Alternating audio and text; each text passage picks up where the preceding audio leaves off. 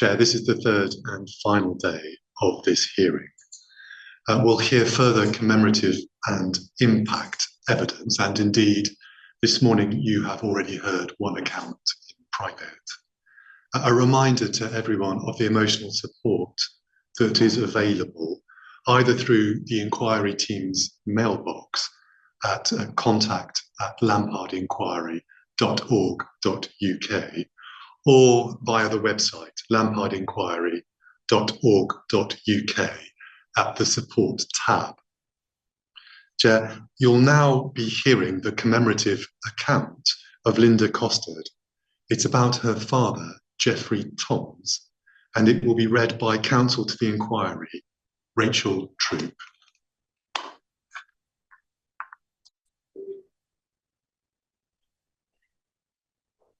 Commemorative account of Geoffrey George Toms, 11th of May 1927 to the 14th of May 2015. It's very hard to put together a commemorative statement about someone who had so many redeeming qualities and a real character and a bit of a charmer, but I will attempt to try. My dad was born on the 11th of May 1927 and was named Geoffrey George Toms. I always thought it sounded like a really posh name, but my dad definitely couldn't ever be described like that. He was born in Erith and he was one of 4 brothers. The Toms family were already quite well known due to their sporting prowess, and my dad certainly strived to carry on this prowess. But instead of becoming a runner like his dad, his passion was cycling, and he was really good, and even a talented professional for a while. He met the love of his life, my mum, through club cycling. 3 years later, they married on the 24th of May, 1951. Due to his cycling, Dad always kept his hair in a buzz cut, and Mum asked him to let it grow a bit for the wedding, but when he turned up at the church, he was sporting a freshly buzz-cut head of hair. My mum was my dad's whole world, and they were pretty inseparable. The day he passed was only 10 days until their 65th anniversary. Dad was very romantic when it came to Mum. He initiated a renewal of their vows on their 50th anniversary and ensured Mum had a bouquet of the same flowers as she had carried 50 years before. My mum and dad went on to have 2 children, myself and my older brother. My dad was a good dad, but quite strict in his requirements of behaviour, though it has to be said that when he became a granddad, he became a complete and utter pushover, something I did point out to him many times. Dad worked in sales throughout most of his life, and he really had the gift of the gab. As the old saying goes, he could sell water to a fish. Dad was never predictable and definitely kept Mum on her toes.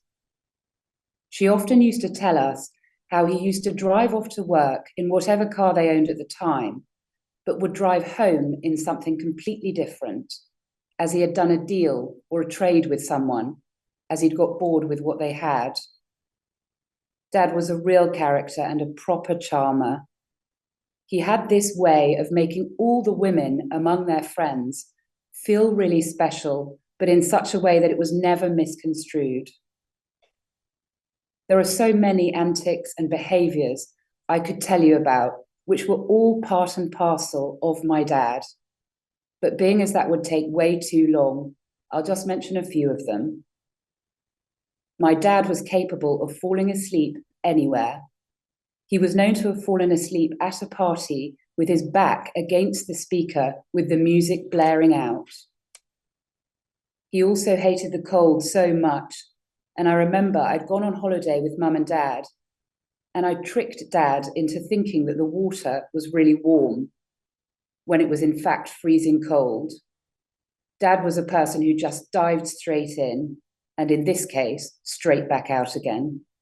It gave Mum and I a really good laugh. Dad always used to tell me how proud he was of me, and he had a way of looking at you with so much love. I had a daughter, and he always used to refer to Mum, myself, and Kerry as his three girls. Unfortunately, by the time Kerry had her own daughter, Dad had been diagnosed with vascular dementia, but his love for Kerry's daughter still shone through. And we have some amazing photos and memories of the time they got to spend together. He was walking with a stick by then, and like all small children, she wanted to mimic her pops. So he cut a walking stick small enough for her to use, and they used to walk hand in hand, both with their sticks. Dad was a very proud man, and he hated what vascular dementia was doing to him, and his inability to look after Mum and his girls made him so angry and upset. He and I had quite a few conversations about how much he hated himself and his life now. And he did used to say about how he didn't want to live like this anymore. This disease stripped him of his dignity, strength, and the overarching love he had for his family. I was away on holiday when my daughter rang to tell me that the visiting nurse had decided that Dad should be admitted to Rochford Hospital, where they would be able to help him with his talk of ending it, even though Dad had vascular dementia, and these were not rational thoughts and feelings. My dad walked into Beech Ward on Tuesday, the 8th of May, 2015. By the 11th of May, his 88th birthday, he looked like he had been beaten severely. He had an obvious broken nose, 2 black eyes, and so many other injuries. But he was also, as we now know, comatose. Within less than a week, they had stripped my dad of absolutely everything: his dignity, strength, mobility, and independence he might have had. It was beyond horrific to see the damage that had been done. On the 14th of May 2015, he passed away in Southend Hospital as a result of the injuries and infection from his very short time on Beech Ward. Life without Dad is so hard. Mum had lost her soulmate, I have lost one of my best friends, and Kerry and her daughter have lost the best granddad and pops you could ever wish for. We will never get over the guilt we feel over leaving him alone with people who treated him so horrifically and denied him the love and support he needed. The constant anger is so tiring, and we can only hope something positive will come out of this inquiry and nobody else will suffer whilst in their care.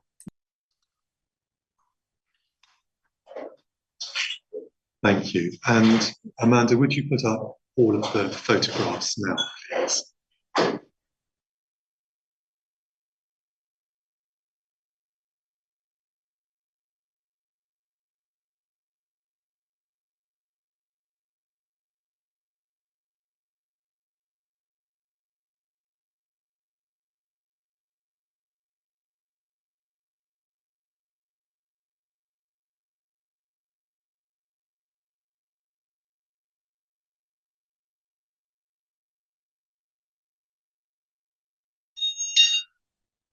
Chair, that is the last of the photographs and indeed the end of that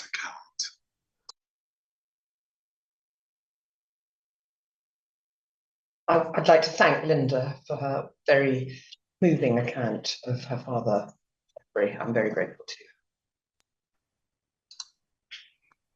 We now hear an account provided by Paula Watkins, and it's about her brother Kevin Watkins. It will be read by counsel to the inquiry, Kirsty Lee, on Paula's behalf. May I ask first that the photograph is put up?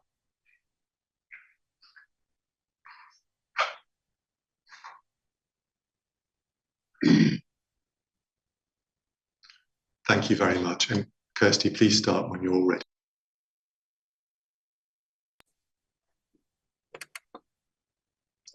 A heartfelt plea to Baroness Lampard from Paula Watkins regarding the tragic loss of Kevin Watkins. Dear Baroness Lampard, with a heavy heart, I write to you about my beloved brother, Kevin Watkins. The pain of his loss, now 15 years past, still feels as raw as the day we lost him in February 2009. He was just 42 years old, a life cut tragically short by a system that failed him when he needed it the most. Kevin was more than just a statistic. He was a soul brimming with kindness, a laugh that could light up a room, and a heart so big it seemed to encompass the world. But beneath his warm exterior lay a deep, unhealed wound. The loss of our brother to suicide in 1989. This tragedy cast a long shadow over Kevin's life, a shadow from which he never fully emerged. The thought of our parents having to bury their child, of our family gatherings forever missing his presence, it's almost too much to bear. Every birthday, every Christmas, every family milestone is a stark reminder of the empty chair where Kevin should be sitting. What makes his loss even more unbearable is the knowledge that it could have been prevented. In the weeks leading up to his death, Kevin had been in a mental health facility, a place where he should have been safe, where he should have received the care he so desperately needed. Instead, he was released without a care plan approach, a critical oversight that still keeps me awake at night. I can still hear Kevin's words echoing in my mind, his desperate plea to the mental health team. If you release me, I will take my life. How could these cries for help have fallen on deaf ears? The anguish of knowing that Kevin predicted his own fate, only to have it disregarded, is a torment I wouldn't wish upon anyone. In the aftermath of Kevin's death, my grief transformed into a relentless pursuit of justice and change. Every letter written, every complaint filed, every sleepless night spent poring over documents, it was all fueled by the hope that no other family would have to endure what we have. But time and time again, we've been met with closed doors and hollow promises. Learning that nearly 2,000 other precious lives have been lost under the care of this trust has shaken me to my core. Each of those 2,000 was someone's Kevin, someone's brother, son, father, friend. The magnitude of this tragedy is almost too much to comprehend. Baroness Lampard, I implore you, please don't let Kevin's death and the deaths of so many others be in vain. When I close my eyes, I can still see Kevin's smile, hear his laughter. I can feel the warmth of his hugs, but I also see the faces of 2,000 others, lives cut short, families left shattered. The documents I have submitted, the Ombudsman reports, the Serious Untoward Incident report, the correspondence, they tell a story of systemic failure, but they can't convey the depth of our loss, the endless nights of tears, the birthdays we'll never celebrate, the milestones Kevin will never see.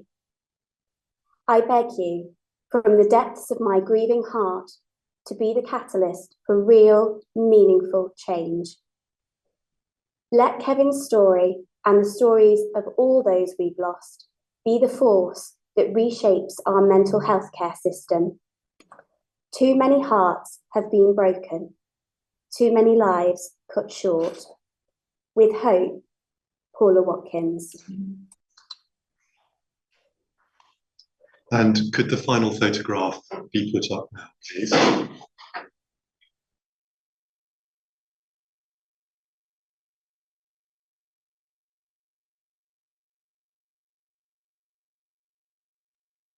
Thank you. And Chair, that is the end of Paula's account.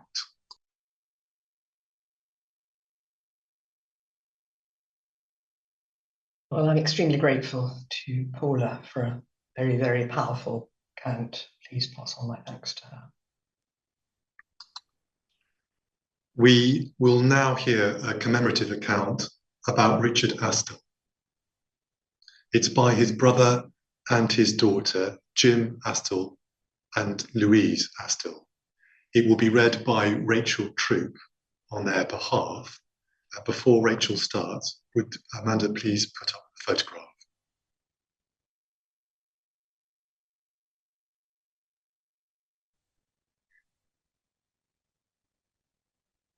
Thank you. And Rachel, please start.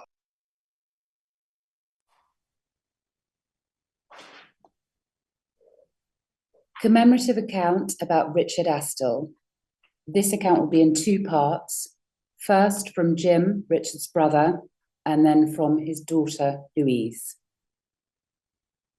Richard was adopted by William and Gladys Astle when he was around 3 years old. Prior to this taking place, he had been with a foster family rather than with his biological parents. Jim was also adopted and was 4 years younger than Richard. Richard had his children, a son in 1991, a daughter Louise in 1993, and another son in 2003. In the 1970s, we were living in Whitwell, Derbyshire, and Bingham, Nottinghamshire. This was undoubtedly the time where I was the closest to my brother, as we were both under 10 for most of the decade. He was as happy as any child could be during this time. We were both cared for very well, even though times were tough financially for our parents. We shared a bedroom during this time and often played games until the street lights went out just after midnight. Times were very different in the 70s, and being older than me, it wasn't uncommon for him to be out with his friends for most of the day, coming home at the time he was asked to by our mum. We holidayed mostly at the same place in North Wales year after year, but it was just as exciting, even though we did visit the same types of places each year. Richard was 10 in 1977, and I guess this is when we started to develop our own paths, more so for him, I guess. Towards the end of the decade, we moved to Bingham in Nottinghamshire, and from this point onwards, we had our own bedrooms. In the 1980s, we were living in Bingham, Chesterfield in Derbyshire, and Spalding in Lincolnshire. The early 80s were a more turbulent time. We moved in relatively quick succession through our parents' work. Richard did take to the changes relatively well, as he was much older and more confident. We lived in Bingham between 1979 and 1983, which means we were quite settled during this period. For a time, we were at the same school, but we didn't really mix due to our age ranges. Our holidays to North Wales continued, and I remember Richard getting into some trouble with a few others for drawing on one of the toilet blocks. Our parents were quite embarrassed by this, but I thought it was quite cool, and I admired him for doing it. We lived in Chesterfield for 6 months in 1983, and there is nothing meaningful to report from this period. We finally settled in Spalding in late 1983, and that area became his home as he started his adult life. By this point, we had separate lives, as Richard had started college, and by the end of the decade, he had started work. During this time, he made some good friends that all supported each other. They did some crazy things, had some good nights out, and started seeing girls on a regular basis. Towards the end of the 1980s, he did become a little unsettled. My dad always said this was down to the issues of his very early life and being adopted at a later age. There was talk at this point of him searching out for his birth parents, but to my knowledge, this never went any further. I can't remember exactly when he met his ex-wife.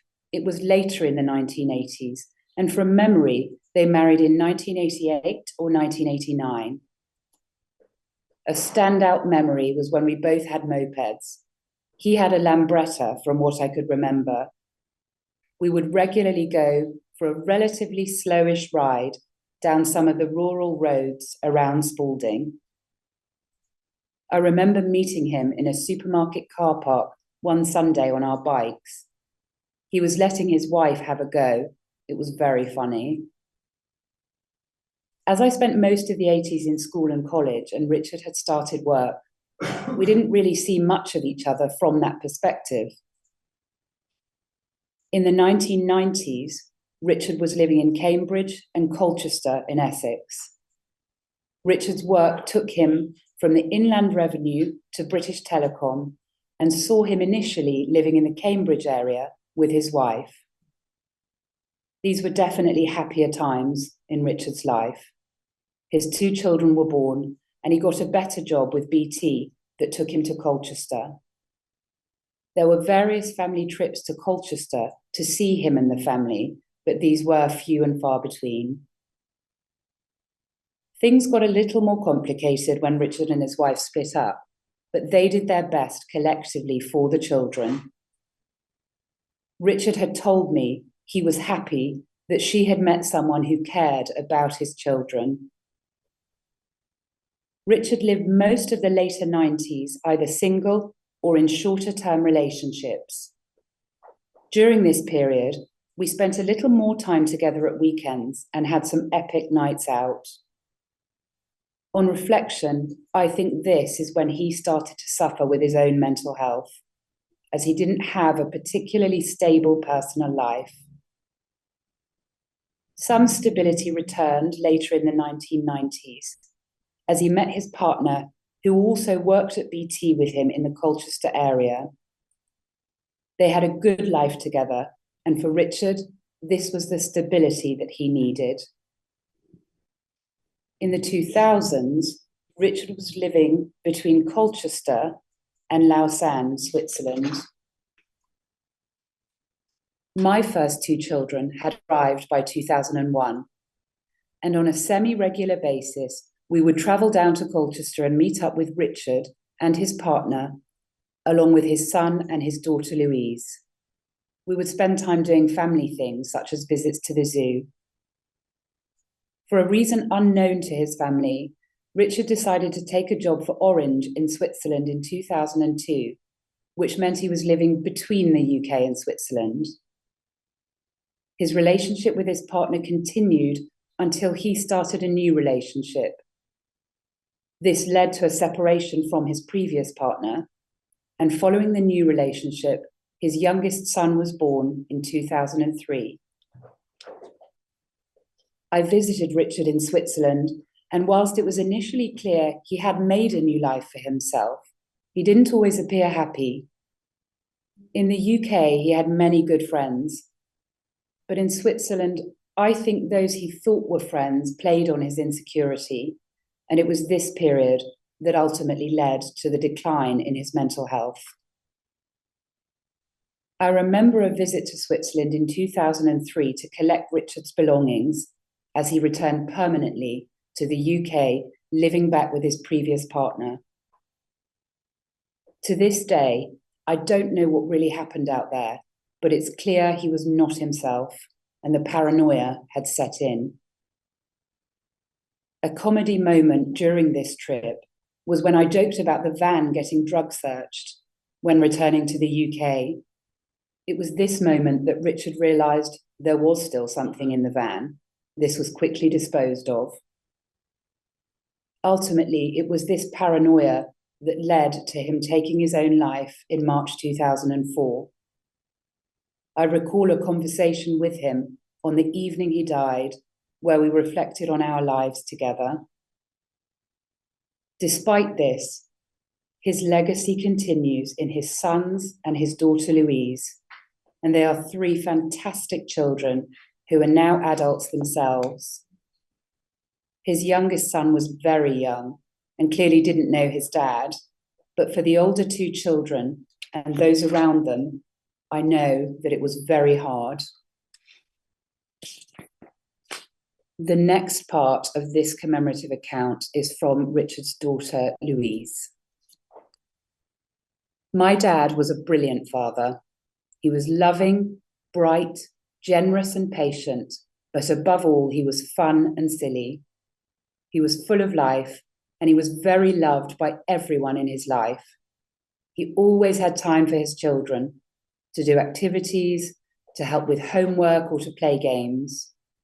He always knew how to get a smile and a laugh out of us, whether it was doing silly voices, cracking terrible dad jokes, or attempting funny walks in the park. He loved to take us on adventures, to picnic in the forest or paddleboarding in the sea. Most of our holidays as children were with him, taking us to new places. He loved his children fiercely and would do anything for us. He was my best friend, and when he was around, I didn't feel like I needed anyone else. I wanted to spend all of my time with him. Whilst my brother and I predominantly lived with our mum growing up, we frequently stayed with our dad on Thursday nights and every other weekend until he moved abroad for work. Our time together was filled with days out, activities, fun in the garden, or cuddled up on the sofa watching TV. Even when he moved abroad for a period, we were still very close. We would speak on the phone most nights, talking about our days. He always made time to answer my calls, even when he was busy with work or life. Our trips to Switzerland to see him were always full of fun and excitement. We went sightseeing, tobogganing and sledging. He would speak French haphazardly, frequently asking for ham and chocolate croissants, getting funny looks from locals and giggles from us. Dad was never the best cook, but always tried his best, frequently calling his mum, my grandma, for recipes and cooking tips. He thought he was a master of the barbecue, and we pretended we didn't see the prawns that had fallen between the slats. He attempted to make cheese fondue, which was far too boozy and infused with his own chili oil. He often tried to get us to eat the spicy foods he loved. We would often go out for dinner, trying all sorts of new foods together. Being foodies was our thing. He had an eclectic taste in music and bought me my first album, By the Way, Red Hot Chili Peppers, and we would sing along to it in the car at the top of our voices. He was a keen runner, taking part in numerous races, and he always hoped to one day run the London Marathon. He helped me with my studies, teaching me the importance of this, which I have carried through my life. He started to read us the Harry Potter books and took us to see the initial films in the cinema. These remain my favourite books. He would come and visit us out of the blue, and it was always the best day if he turned up. His laugh and energy always filled up the room. For me, my dad was the person I could always turn to and rely on, no matter what. Dad's mental health deteriorated quite rapidly in the final years of his life. It all happened quickly. His personality changed. He became paranoid and frightened. Despite this, there were still glimpses of his former self there, and it was a battle he fought to remain with us for as long as he could.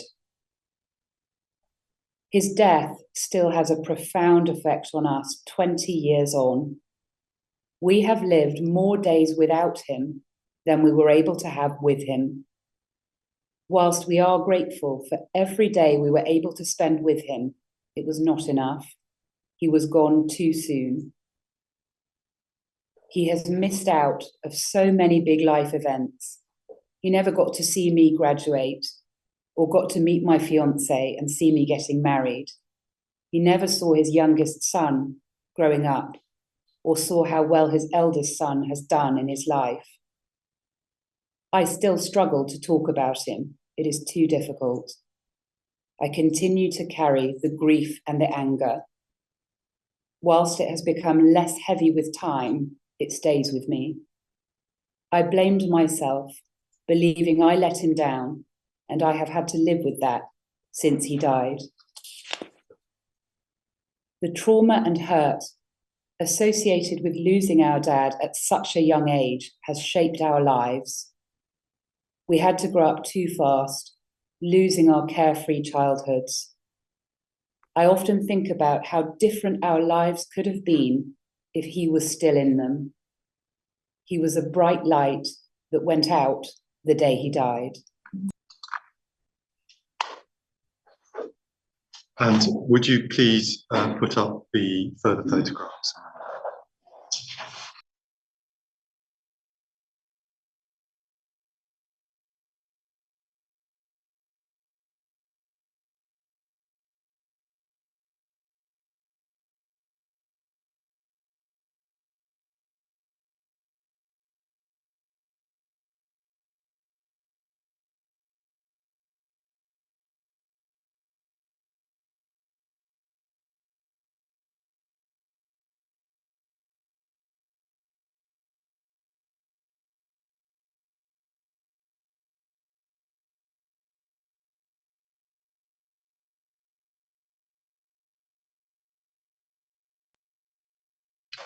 And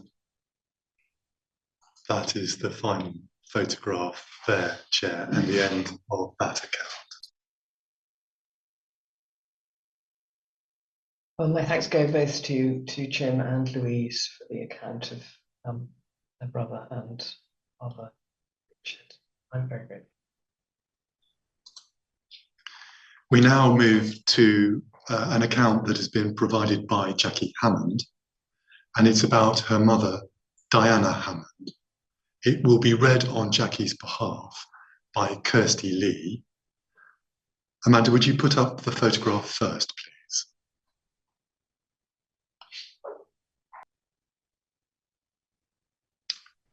Kirsty, would you please read Jackie's statement when you're ready?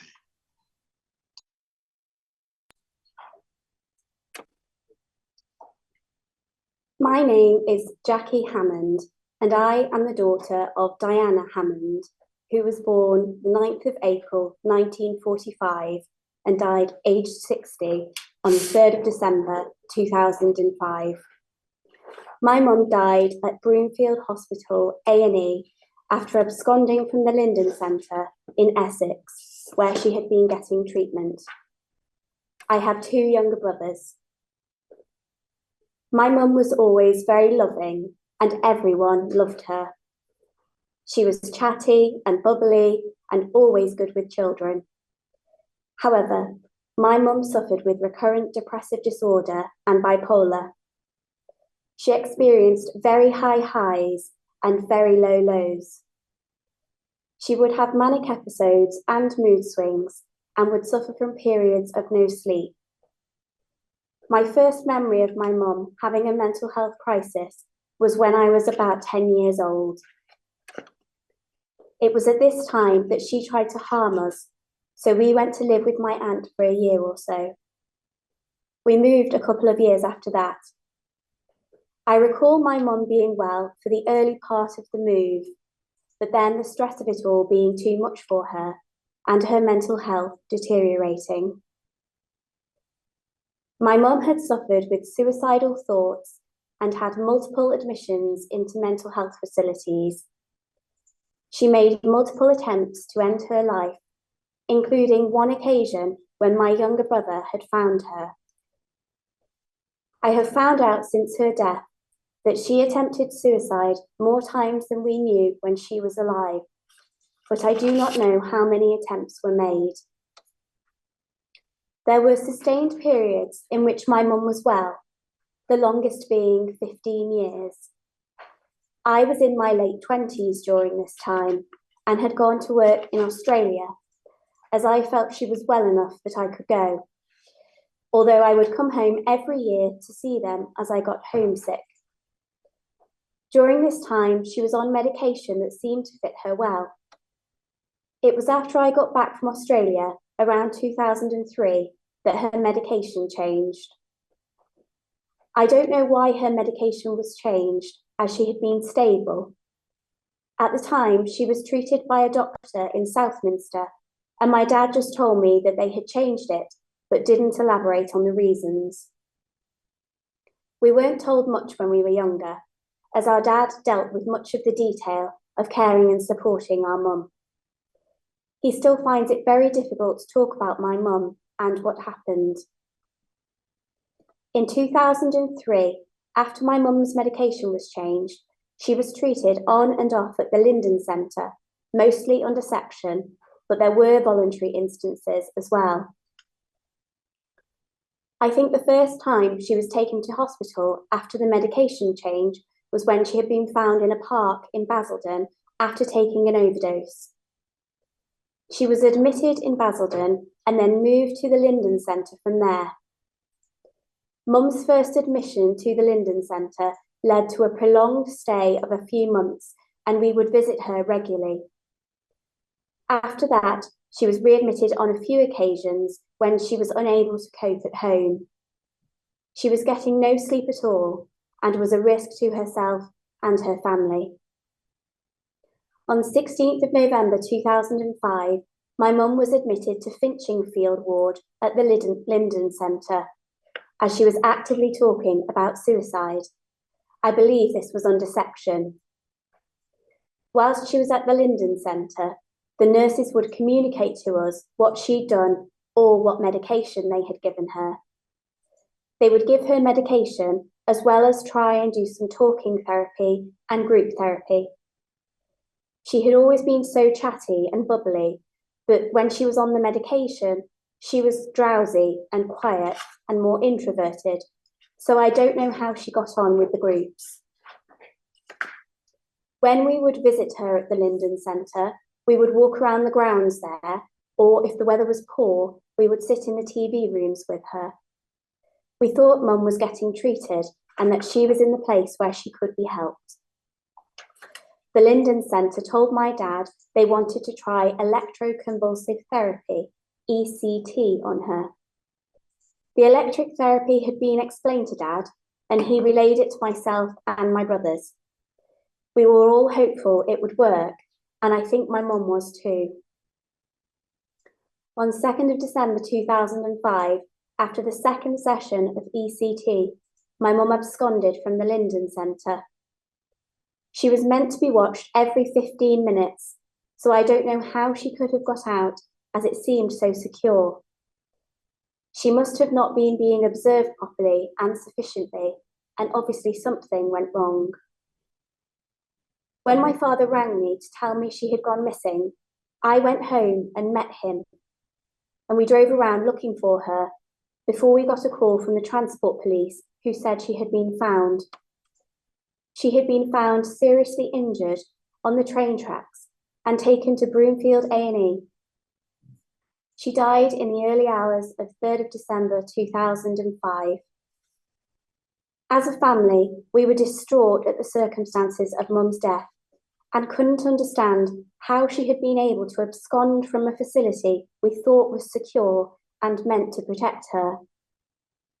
Following her death, my father pursued legal action against the Linden Centre, and an inquest was held looking into the care she received, although to my knowledge, there was no internal investigation by the hospital. The hospital apologised, but we didn't get much support from the hospital after she died. The last time we went there was when we went to get her belongings, and I don't think we had much correspondence with them.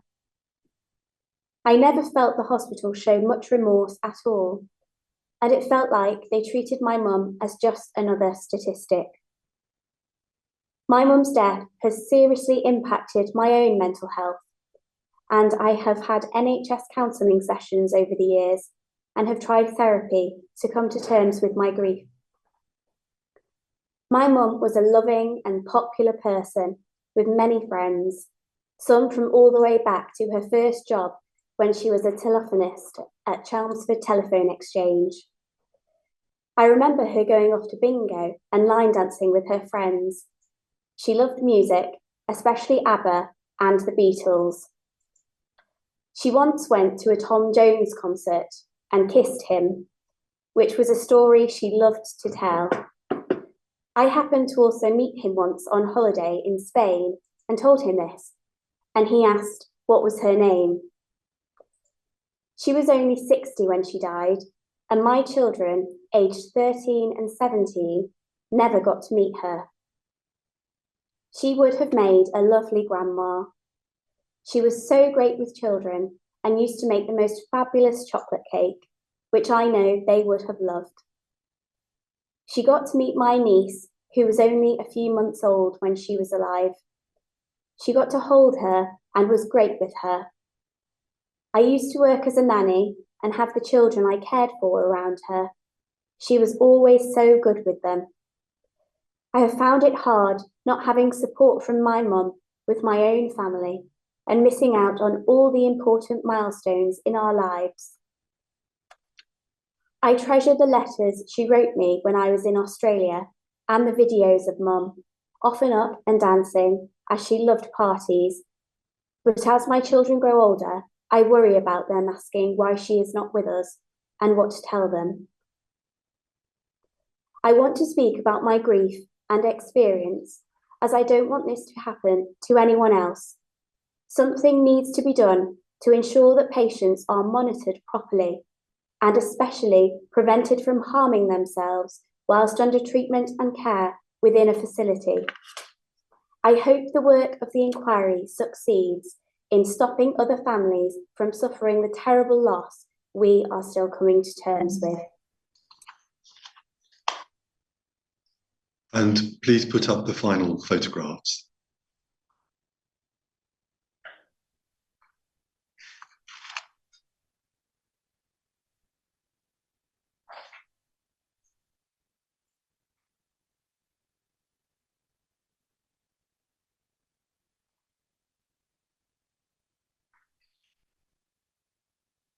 Thank you. Chair, that is the end of Jackie's account.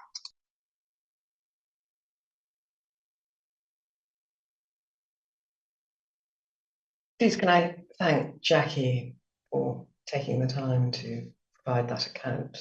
It was very touching indeed, a very touching account of her mother, Diana, and I particularly thought the photographs were beautiful too. Thank you. Chair, the accounts we are now going to hear are about Michael Goldwater. They're read by his sister, Lisa Goldwater, and she gives her own account, and then she goes on to read the accounts of her partner, Aidan Spence, and her son, Connor Spence. And I'm going to ask Amanda now to please play those accounts.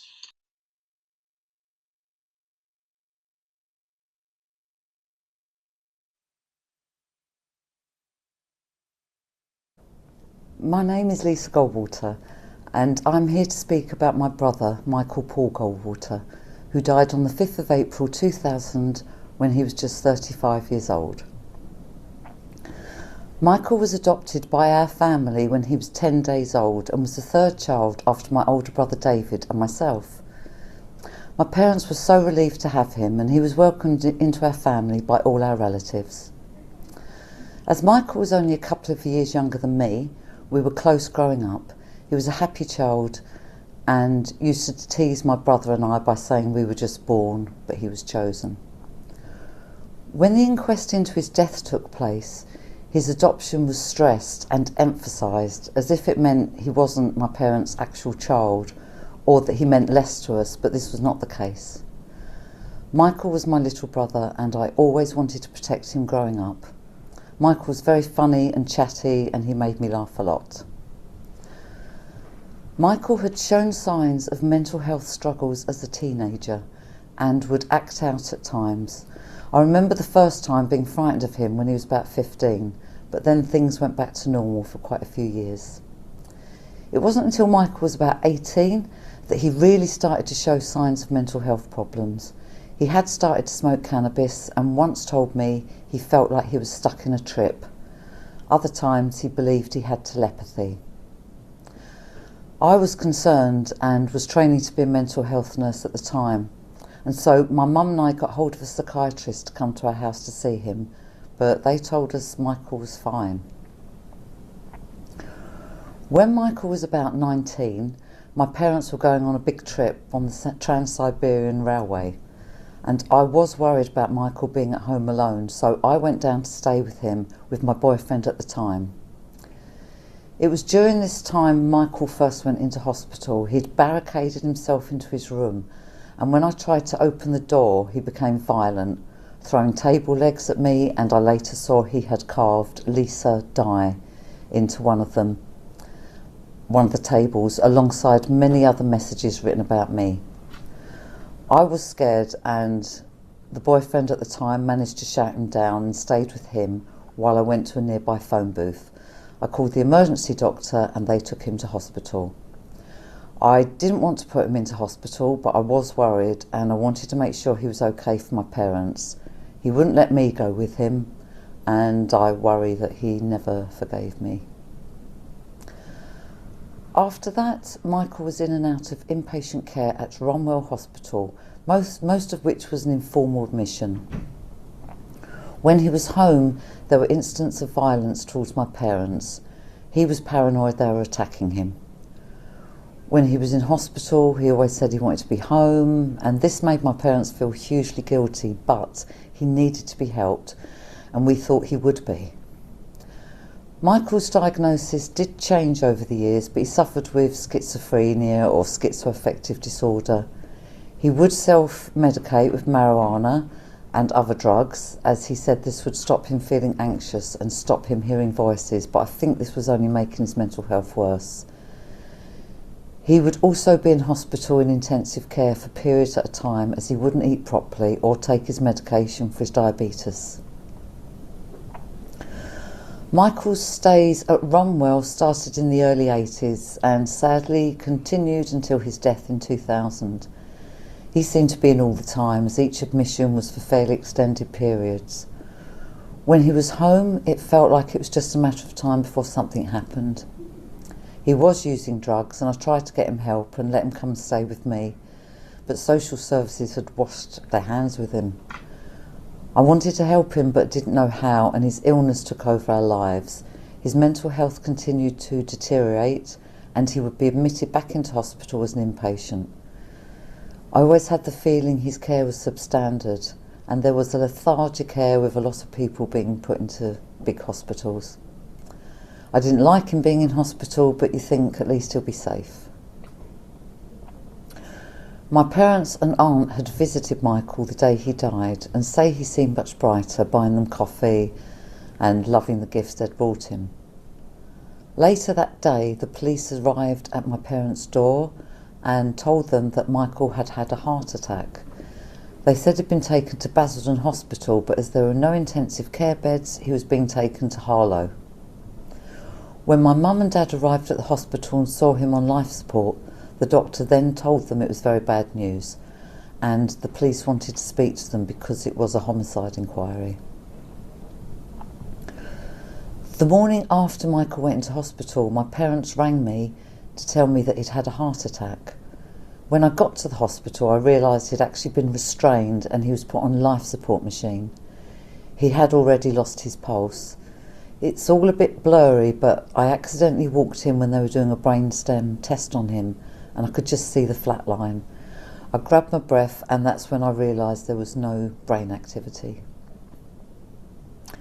The circumstances of his death raised very serious concerns about the quality and timeliness of the care he received.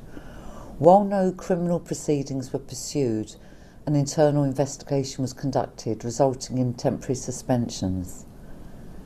A year after Michael's death, an inquest recorded a verdict that his death had been accidental, which we were shocked at. The Trust didn't offer us any support after Michael died, and I saw my parents just getting older and older, and I will always be angry about that.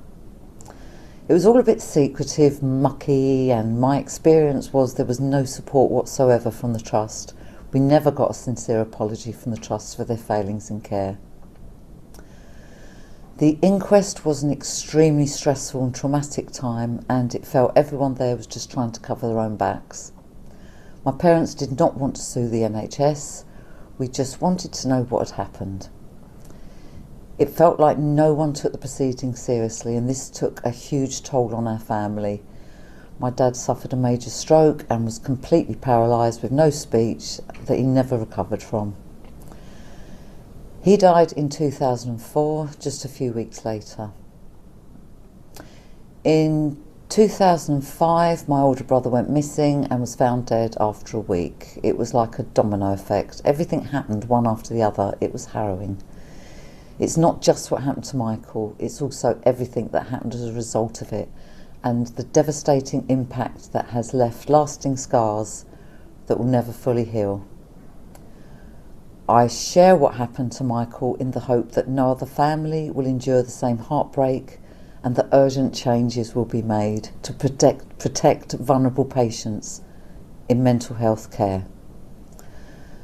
The number of families in Essex facing similar preventable tragedies is staggering, and I hope this inquiry brings about meaningful reforms, ensuring that this pain and trauma ends. I'm reading a statement from my partner Aidan. It says, Aidan Spence, statement from brother-in-law as his relationship to Michael. Background. I'm also a mental health nurse and had a positive relationship with Michael for years, inside and outside of institutions, and at one point invited him into our family home when he was discharged from hospital. This decision we feel was taken prematurely, and I indeed wrote to his consultant requesting we discuss this, explaining that I was a senior forensic community psychiatric nurse in a London borough. I did not receive a response. In a work capacity, I had an in-depth understanding of how the situation arose and was dealt with. Mental health nursing is a small, disparate community, and for myself and Lisa, it became smaller. There were many events we needed to avoid at this point, and the impact on my family was devastating. Our children, all at different ages, each dealt with it in their own way, some with more insight and understanding than others, of course, but all feeling the traumatic damage it hurled, particularly on their mother. This impacted on a daily basis to the extent that Lisa withdrew from the business. By this time we owned and managed a mental health care home, finding it difficult to engage and put her usual positivity into her work. This of course meant me working and being away from the family for longer periods, and Lisa trying to be present for the children on her own for longer periods, which I know she found a struggle. This cycle, as cycles do, prevails in the family and is present to this day. Given the circumstances, I believe that together we coped extremely well. I think we were very lucky to have been brought up in strong nuclear families ourselves, and if this were not the case, it is unlikely that we would have stayed in one unit. We also spent much of our time straddling the business with family responsibilities, thus integrating and creating a close, healthy relationship with our care home residents.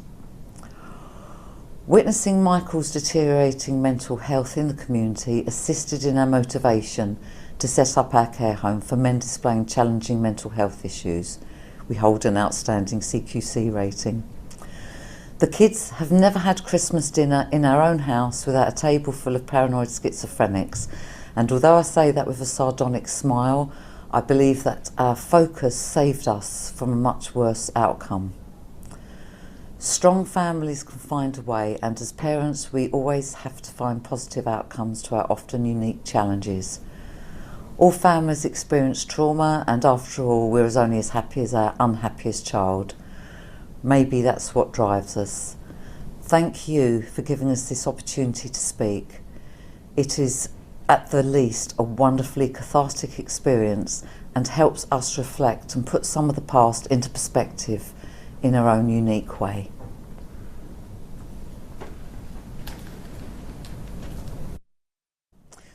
Statement from Connor Spence. When asked about the impact that Michael's death had, my oldest child, Connor, said, "Well, it was horrible, of course, and I saw it having a huge impact on everyone else. It was very heavy. Mum and Grandma, in particular, became more withdrawn and snappy, with Grandad having a near paralysing stroke within a year of the death in the following March. The weight of the inquest was palpable in our home, having a significant impact on them and on all of us. I didn't know the circumstances for a few years, but I knew even at 7 that it was strange for a 35-year-old to have a heart attack." To conclude, the biggest impact on all of us was my father having a stroke after the inquest, my father dying, and my brother David going missing 10 months after that and being found dead. And Chair, that is the end of the accounts read by Lisa.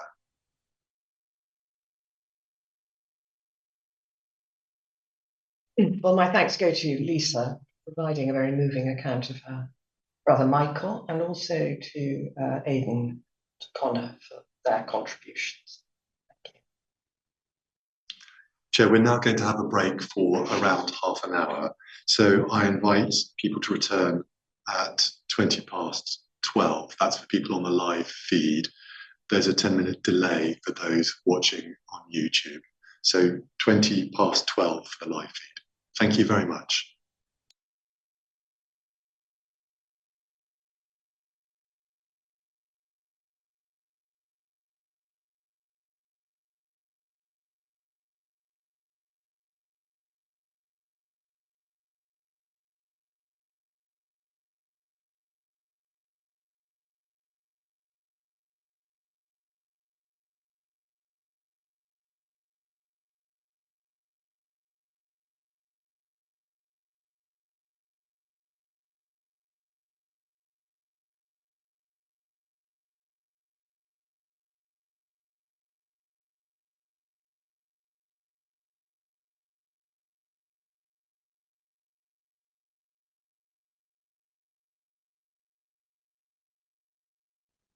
Chair, we will now hear from Nicola Cotton about her brother Darren Porter. This is a pre-recorded account, and you'll see sitting next to her, her aunt Teresa Neal. Before the video is played, Amanda, would you please first put up the photograph?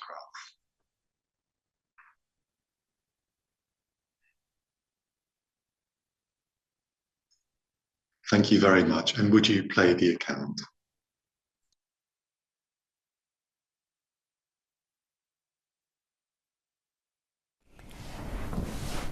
Hello, firstly a big thank you for letting me speak today. Darren passed away the 15th of September 2020, aged 41. Darren was born the 11th of May 1979. I was already 3.5 years old when he was born. We lived in Kent with our parents, who were originally from Essex. Darren had rosy red cheeks and a cheeky giggle of a laugh, with very fluffy flyaway hair Mum could never get to lay flat. We spent most weekends going to Nanny and Grandad's in Essex. Saturdays was fish and chip day, and we could regularly go to Romford Market with our mum and our auntie, then visit Grandma to see what she was baking. Darren loved watching 80s shows like The A-Team, Dukes of Hazzard, Knight Rider and Karate Kid, and many others, and this was in between us going through the index catalogue, marking out what we wanted for our birthdays and Christmas. He loved He-Man and he had all the latest action toys. We were both very lucky. Driving home from Essex to Kent, we always played duck the bridge in the car, seeing who could spot Leeds Castle first through the trees. Then we'd be home in about 20 minutes. During holidays, we'd visit our dad's sister and family in Tolstant Darcy. We loved going there as it was remote and peaceful compared to our Kentish town. We'd also spend time down at Malden Promenade, holidaying in Yarmouth, Isle of Wight and Eurocamp in France with family and friends. Christmas time, the Essex family would come to Kent, Darren and I would bunk in together and my auntie oversaw us going to sleep. One year, Mum left a load of prezzies in the wardrobe and she had to sneak in to retrieve them. Darren and I were hiding under the duvet watching. Must have been the year we realised there was no Santa. Waking up at 3 a.m, we'd both try to open our stockings. I'm not too sure why we bothered, as we couldn't see a thing. Our auntie telling us to go back to sleep. One year we both got racing bikes. We cleared a path and we were taking it in turns to ride around in and out of the living room, into the dining room and turning around at the kitchen at 6 a.m. In 1989 we went to Gran Canaria. This would have been our last family holiday as a four, but Darren and I would never have known any different. We had such a fantastic time, 2 weeks of fun, laughs, sightseeing, camel rides and cowboy shows. Darren revisited the same place in later years and sent me some photos of the hotel and sights. Our mum sadly passed away on the 3rd of April 1990 from cancer. Darren was 10, me 14. We slowly adapted as a family of three. We still went to Essex and our dad's sister came to stay, making sure we were okay. Then we would go and stay at hers with our cousins, whilst Dad would go to work in the school holidays. Darren started secondary school and fitted in well, made loads of friends, and they all had the love for BMX bikes. They would fix them up in the garage and then head to Hastings to the ramps. He was quite often found in the kitchen knocking up pancakes. My good friend always comments at this as being one of her fondest memories of him, singing his heart out and waking us up. Dr. Hook was the beginning of his love for the singer Peter Cetera, who sang Glory of Love, and this kick-started his lifelong passion for what we all called his cheesy music, which included Chicago and the Bee Gees. I came home one day and Darren was crying. No idea what had possessed him, but he'd had his hair shaved right down the middle. Dad actually saw the funny side and we all started laughing, and we still did in even more recent years. Only thing was that he had to have a grade 0 to rectify it. He made me write him a letter to school to say he had to wear a cap as he had a hair condition. When Darren was 11, he was diagnosed with glandular fever and he spent weeks in bed asleep. I do not think he ever got over this, as even in adult life he loved to drop asleep. In mid-1990s, Dad remarried and the family moved to Sussex.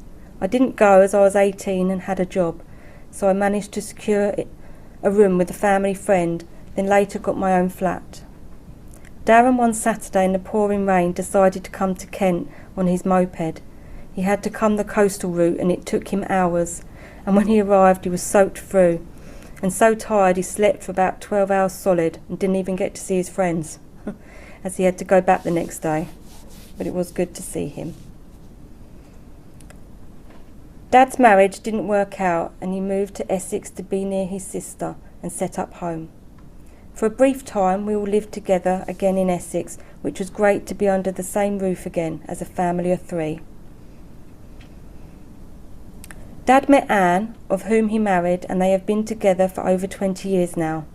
Our family grew from 3 to 8 and over 20 once the grandchildren and great-grandchildren had all come along. Darren moved back to Sussex after meeting a girl he went back to visit when going back to visit a school friend for the weekend, and the rest was history. They set up home and in time had 2 children. In 2006, Darren started to show signs of paranoia. He was convinced people at work were talking about him, following him and trying to get him the sack. He became very depressive, negative, even to the point a song which was #1 in the charts at the time, Crazy by Niles Barkley, he thought was written about him. On the 2nd of April, they held a birthday party at the grandparents' in Sussex home. One of the family friends who attended was a policeman, and he had noted strange behaviour in Darren, such as making an unusual speech full of guilt and sadness before doing the birthday cake, and then becoming very suspicious of a Dr. Hook song playing in the kitchen, thinking it was a message for people telling him he needed to see a doctor. On the 3rd of April, Darren went into Tesco in Worthing for baby formula, leaving his partner and daughter sat in the car waiting. This day was the anniversary of our mum passing. Darren never returned to the car. A search was put in place. Police were alerted quickly due to his mental health state, and it was supported by the police officer present at the party of the day before. We made posters, we searched and searched day and night, driving around for 4 days. Just as his partner was about to leave to do a TV appeal to try and find him, Darren called the home phone and asked his partner if the paranoid thoughts were in his head or were they real. Whilst being reassured over a call, the call was traced to a payphone near where he went missing, and the police were able to locate Darren and assure him that he was safe, and asked him if they could take him to hospital to seek the help that he clearly needed. He gratefully went with them, and they took him to be assessed. He had been hiding in an abandoned garage. At the hospital, I remember running in and grabbing him, but there was no emotion. He was very tense and rigid. It was like he was in a different planet. He didn't say anything, there was nothing, but I do distinctly remember a smell, which I later realised was stale congealed blood on his wrists where he had tried to slip them. A doctor assessed Darren, and it was immediately requested he would be sectioned. A place at Chichester was available. We all drove him there. By the time we got there, it was very dark and eerie. The place had high security. It was horrible leaving him. It was like leaving a little boy. But we knew, as well as Darren, that it was for the best for his own safety. He spent about 4 weeks in there till he was transferred to a less security unit near his home. He spent several more weeks getting the help he needed to be able to return to the family. For a while, life seemed to be fine. Darren got a job. His second child was born. Around mid-2007, his partner went on holiday with the children and her mum. Darren was working in a self-employed role, and he felt he couldn't afford the time off, even though he was asked to go along and the holiday had been paid for. He decided to stay home and work. But literally the day into their holiday, Darren overnight went downhill. He took some medication alongside alcohol. Darren, though, despite this, sought help from the Samaritans, and it was them that called the ambulance, who took him into their local hospital.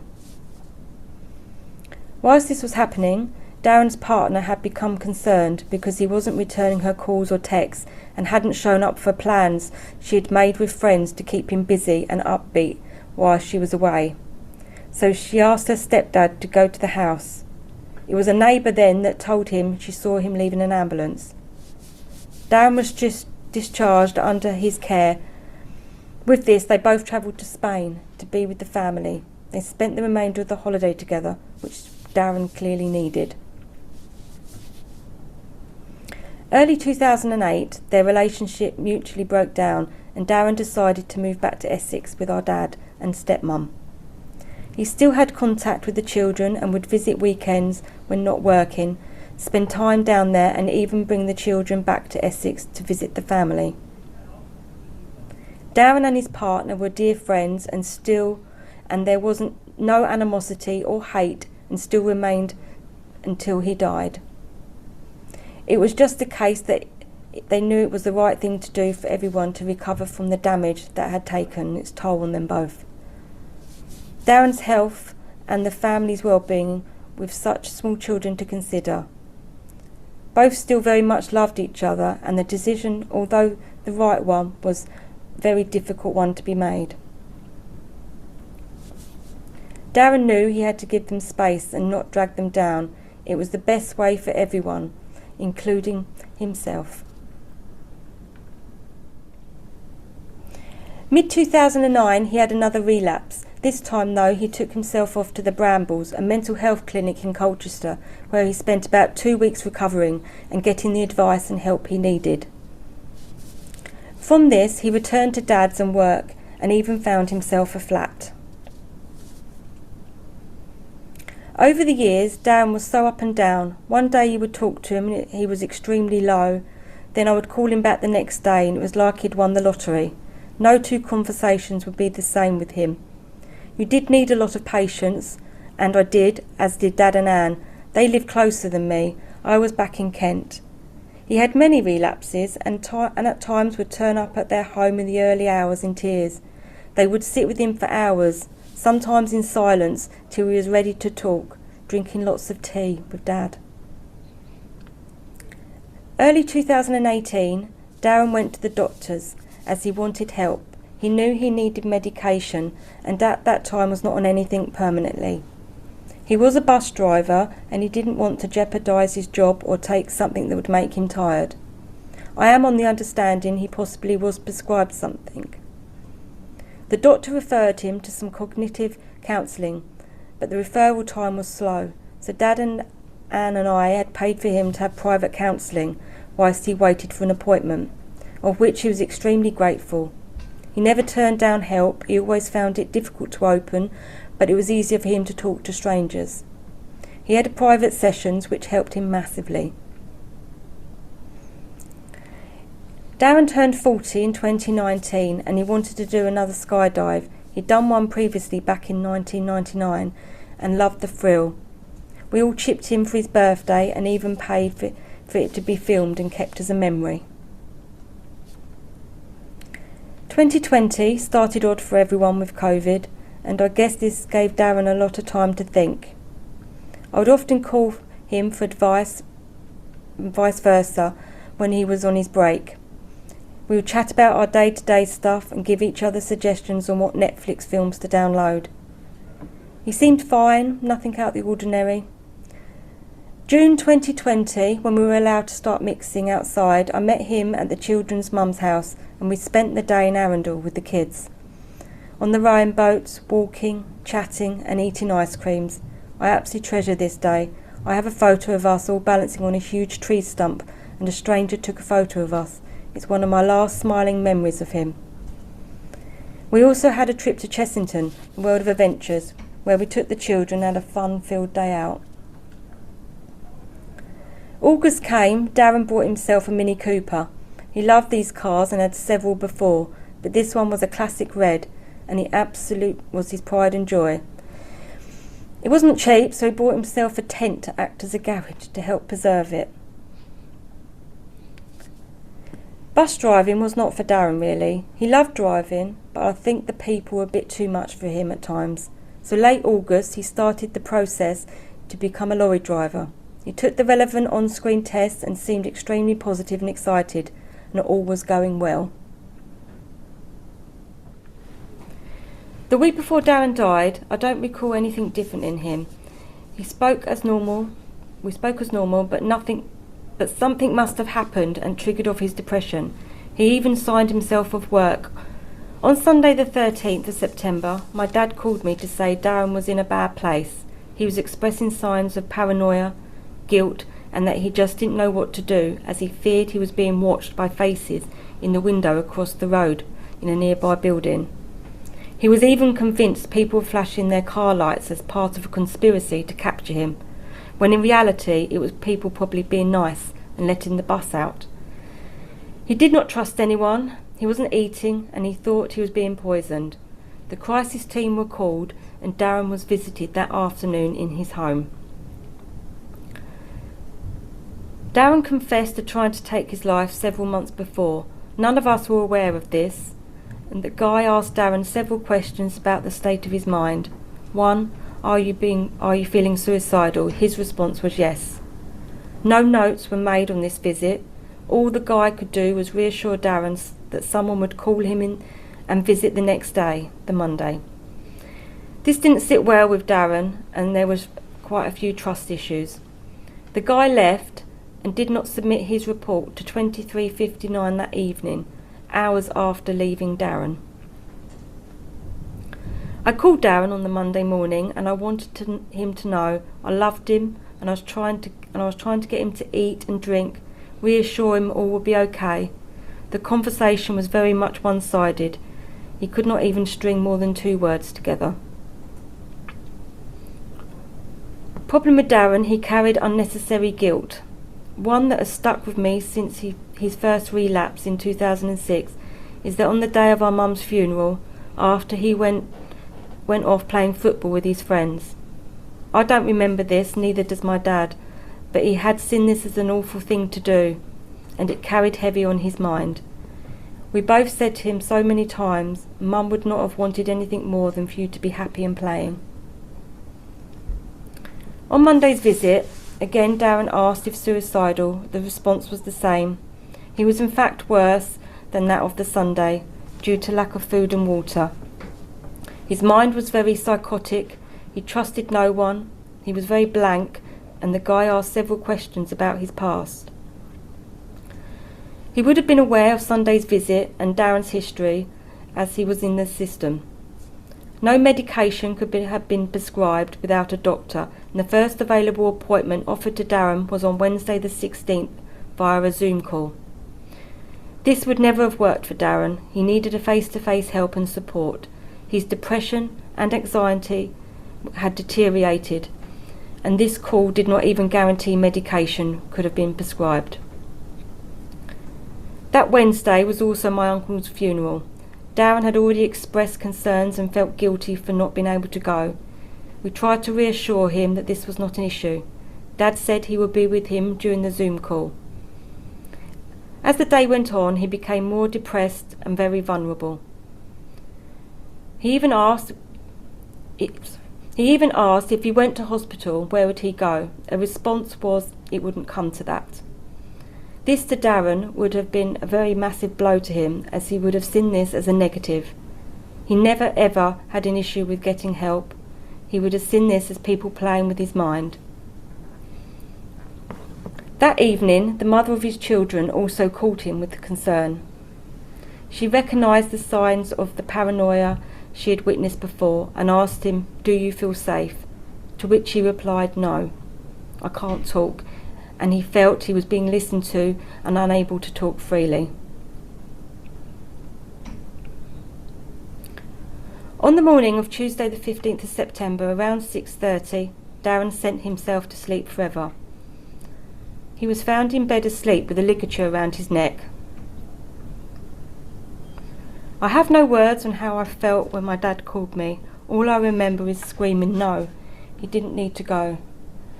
Check, there must be a mistake."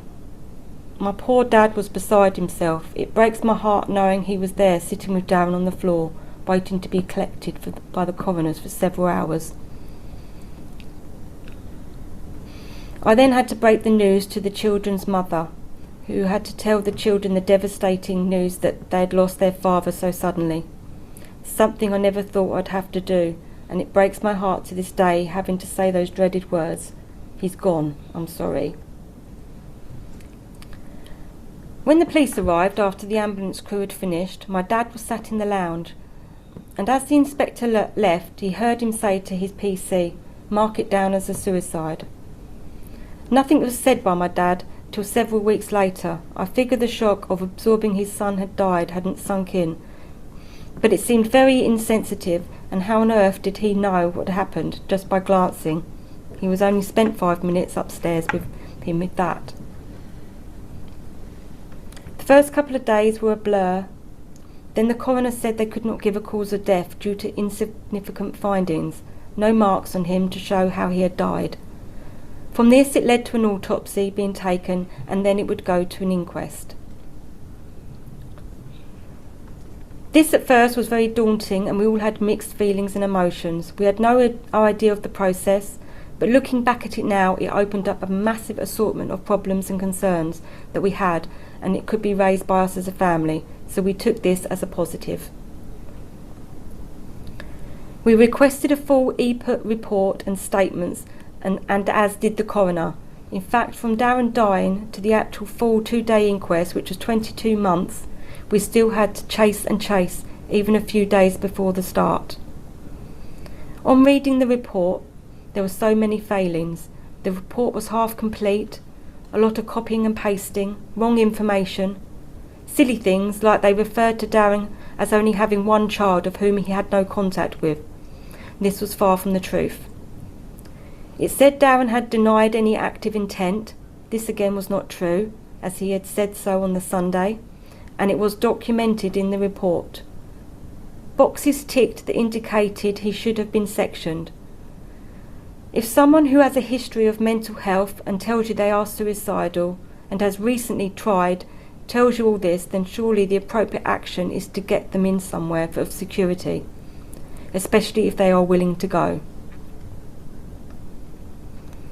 After 2 days of reading police, ambulance, Good Sam's first report, coroner and toxicology on top of EPUT's input, the coroner concluded Darren's death as asphyxiation by ligature without intention. It could have been avoided. The coroner also requested a Regulation 28 be made by EPUT, but we have yet to still see this report. In evidence, EPUT responded, yes, he should have been sectioned, and apologised for not doing so. This is soul destroying to hear. I can only describe Darren's mental health issues starting the day our mum died.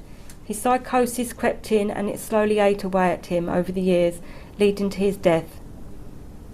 We didn't know what the future held. He may have spent time in and out of institutes. He may have become a long-distance lorry driver, cruising the towns and cities, living his best life. We really don't know, but what I do know is it was cut short by neglect and him not being taken seriously. And with this, his future ended. The impact on myself and family, I can only ditto what everyone else has said that has sat or stood here. It's affected us all in numerous ways. My dad and Anne has had to move away as they couldn't bear seeing the bus Darren would have been driving. It literally stopped outside their home. I don't want this to be about me, and I am strong and I will fight, as we all sit here in the same boat which is filling up, but one thing is for sure, we won't let it sink. Darren was a fun-loving guy, a super dad who would do anything for his kids. He was kind, extremely hard-working, and we all miss him terribly, especially that giggle. A few weeks after his death, we found in my parents' wedding album tucked inside letters written by Darren, one to myself and the other to Dad and Anne.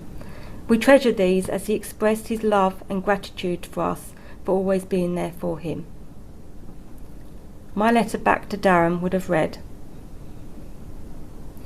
there is no need for thank yous. You are my brother and a son to Dad and Anne. We would have always been there for you. It's naturally what families do. You do not need to thank or apologise to anyone. Remember, you are only human. No one owns you. I just wish you were listened to. My only peace I have in all of this is that our mum has you now under her wings, and you can be clear of all those demons. Love you always.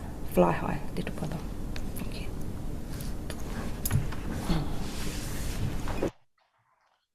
And may we now see the further photographs. Chair, Nicola has already referred to one or two of the happier events that you'll see in these photographs. Amanda, would you put them up? Thank you.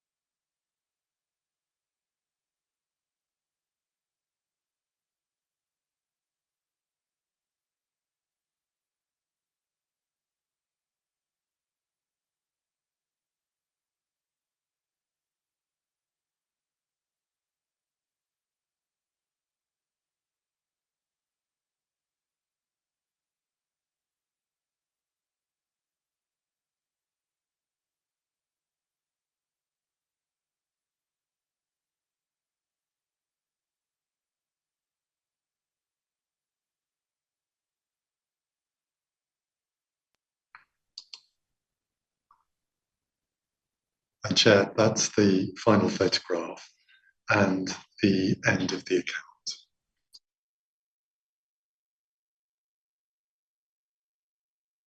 I extend my thanks to Nicola for that very moving account of her brother Darren and for sharing her memories of him with us.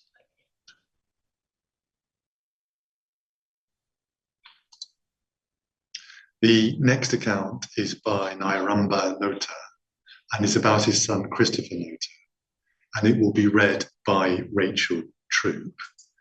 Amanda, would you first please put up the photograph?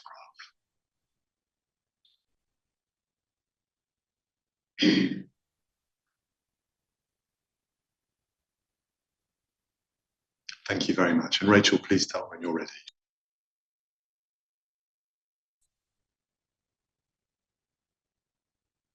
My dearest son, Christopher Sampson Nota, it is with a heavy heart and profound sorrow that I write these words to commemorate your life, a life tragically cut short. Captured images of you falling to your death, my son, are images I can never erase from my mind. The systemic failures that plague our National Health Service's support for dual-diagnosed autistic individuals robbed you of your future. And the pain of your absence is a wound that will never fully heal. You were a beacon of light, a unique and beautiful soul who deserved so much more than the hand you were dealt. From the moment you entered this world, you brought with you a radiant energy and an unwavering spirit. Your autism was an integral part of who you were, shaping your perceptions, your passions, and your interactions with the world around you.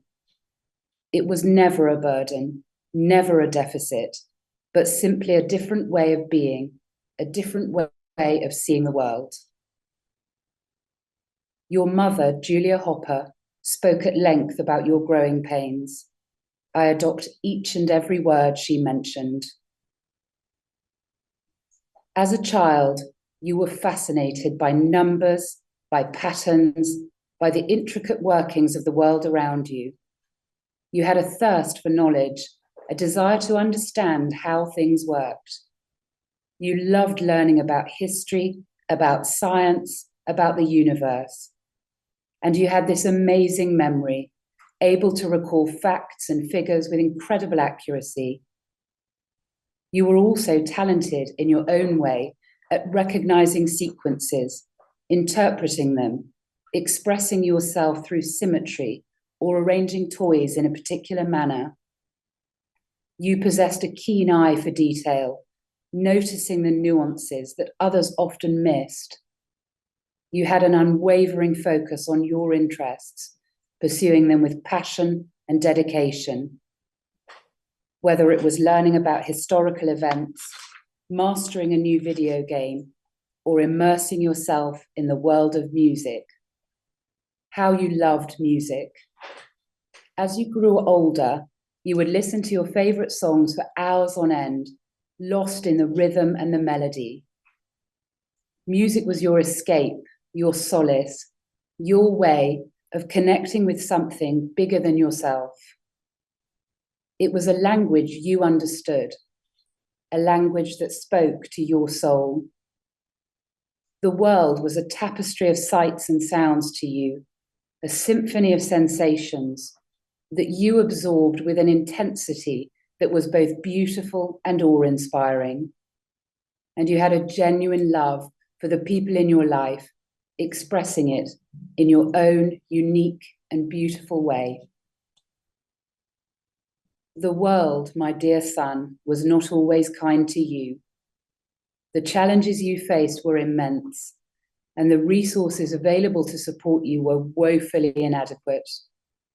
I remember the countless hours your mum and I spent searching for therapists, for schools, for programs that could cater to your unique needs. I remember the frustration, the anger, the despair that washed over us as we navigated a labyrinth of bureaucracy and indifference at trying to obtain support for an education support plan that took your special and individual needs into account. Because your mum stayed at home to focus on looking after you and your two brothers, she felt like she was constantly fighting, constantly advocating, just to get you the basic support you deserved during the early years of your education. I recall the countless phone calls, the endless paperwork, the constant struggle to advocate for your needs. I remember the feeling of isolation, of being lost in a system that seemed designed to exclude rather than to include. I remember the nights we lay awake, worrying about your future, praying for a world that would embrace you for who you were, not judge you for what you were not. I longed for a world that would see your potential, your strengths, your unique gifts. I longed for a world that would celebrate your autism, not see it as something to be feared or pitied. The system failed you time and time again, leaving us to navigate a complex and often hostile landscape. The lack of understanding, the absence of tailored support, and the persistent stigma surrounding autism created barriers that you should never have had to encounter. But through it all, you persevered, your spirit shining brightly despite the darkness that surrounded you. You taught us the true meaning of resilience, of finding joy in the face of adversity. You remained patient, understanding, and loving. You never complained, and you never gave up hope. You found joy in the simplest things, the things that many take for granted. You reveled in the sensory experiences of life, finding wonder in the everyday. You had this incredible ability to connect with people on a deep level, even when communication was challenging. Your smile could light up a room. Your laughter was contagious, and your hugs were the warmest embrace. We called it the Nota Bear Hug. You had a way of seeing the good in everyone, and you taught me the true meaning of unconditional love. Do you remember that trip we took to New York City? Your stepmom, Christine, you and I explored the city together, hand in hand, navigating the crowds and the noise with a shared understanding. We were a team, facing the world together, and in those moments, we felt an incredible sense of connection with you. The way your face lit up, watching the street performers in Times Square, the vibrant colours and the cacophony of sounds stimulated your senses in a way that only you could appreciate. You were mesmerised by the towering skyscrapers, feeling the energy of the city pulse around you. The hustle and bustle, the sheer vibrancy of it all captivated your imagination. You asked insightful questions, your curiosity driving you to learn and explore. As we toured the city, we could see the wonder on your face, your inquisitive mind asking questions about different cultures and lifestyles, taking in our feedback and thoughts, and synthesizing ideas into your own worldview. You saw the world with such wonder, such an eagerness to understand its complexities. That trip was a testament to your spirit, your ability to find joy even amidst the chaos.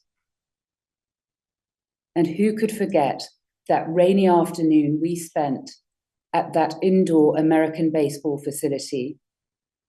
The joy on your face as you swung the bat, the concentration in your eyes as you tracked the ball, the pure elation when you connected for a hit. You had such a natural swing, a fluid motion that spoke to your innate athleticism. I watched you joyfully, seeing you as both the excited child you were and the determined young man you were becoming. We laughed together, cheered each other on, and for a few hours the world outside faded away. It was just you and me, sharing a moment of pure joy. You were safe with me, a moment that I will treasure forever. These moments, these precious memories, are etched forever in my heart, a reminder of the beautiful bond we shared. My wife and I even braved a comedy club with you, the laughter and energy of the crowd washing over you. You may not have understood every joke, but you were entertained by our unease with some of the humour, and we secretly cherished it, knowing that you felt perhaps too overprotected by us. You also experienced the collective laughter in the room, the shared experience of human connection. You loved being part of the audience, feeling the energy and the excitement. You laughed along with everyone else, your own unique laughter adding to the symphony of sounds. It was a reminder that even in your unique way of experiencing the world, you still wanted to connect to something larger than yourself. Another small yet beautiful moment. Back home, you found solace in the routine of helping us prepare meals. We went to the gym together, the physical exertion, a way to channel your energy and focus your mind. The rhythmic clang of the weights, the steady beat of your own heart, these were the sounds of your inner strength. You were determined to build your strength and endurance, and I admired your dedication. And since it was the winter when you came to New York, oh, how you loved the snow. Your first instinct at seeing snow was to dive into a pile of snow and make a snow angel whilst shouting, I love snow, I love snow. You had a way of transforming an ordinary task into something extraordinary. I would always step a step back and watch you in wonder, finding beauty in the simplest of things. A billion small moments of joy were a testament to your resilience, your ability to find beauty in the world despite the challenges, including mental health issues, you faced. In general, you had an incredible sense of humour, a quirky and playful way of looking at the world. You could see the funny side of any situation, and your laughter was infectious. You loved making people laugh, and you had a knack for bringing joy to those around you. Your humour was a gift, a way of bringing light and laughter into the world.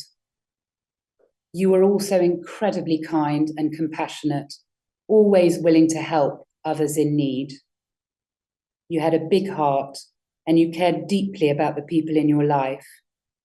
You were a loyal friend, a loving son, and a true inspiration to all who knew you.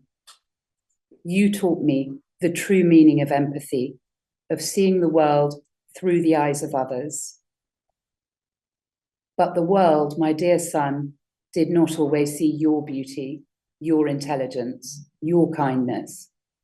The world often focused on your differences, on the ways in which you did not conform to societal expectations.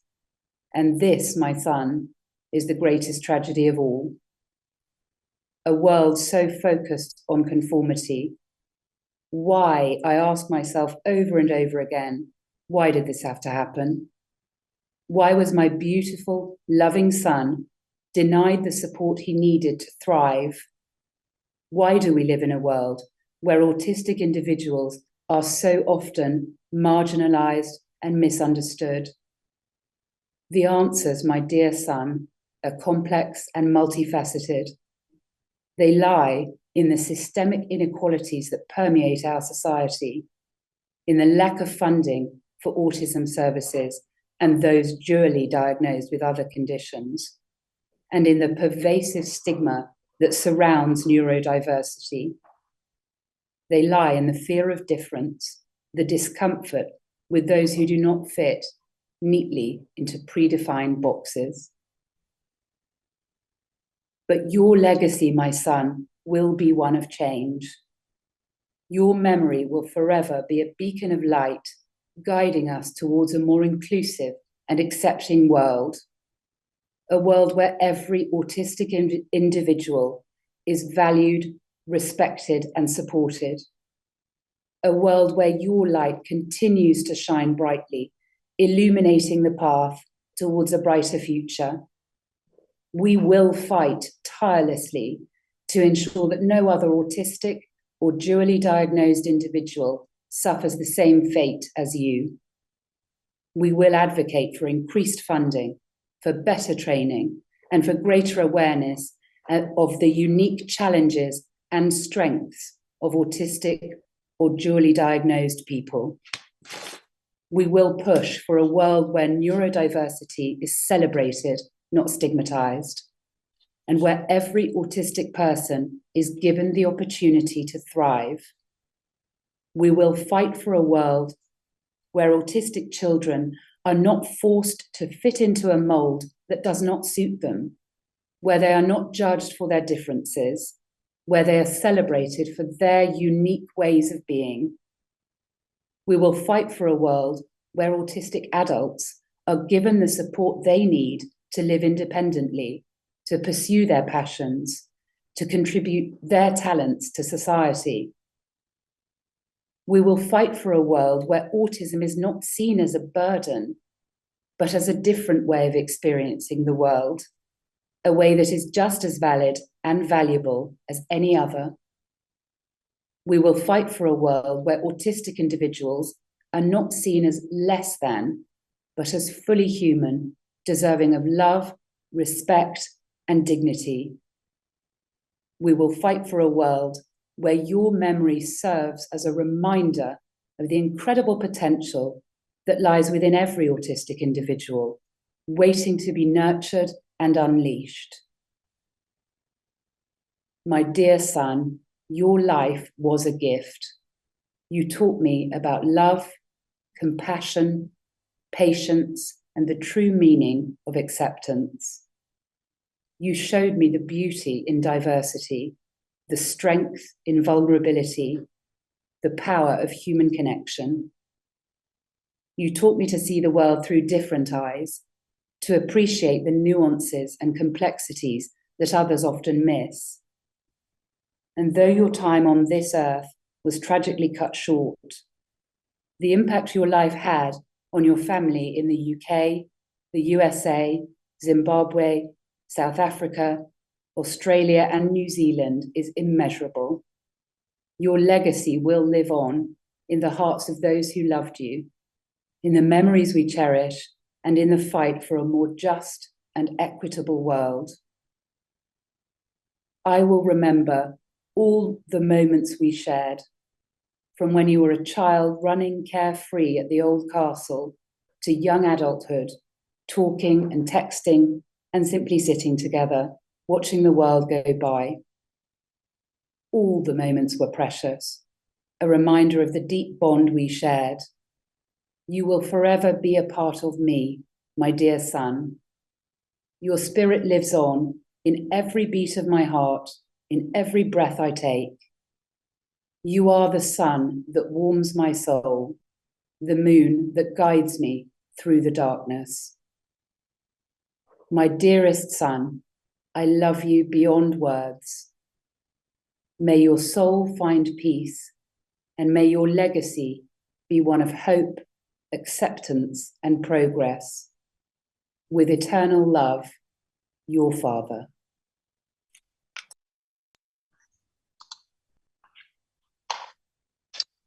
And please show the video montage now.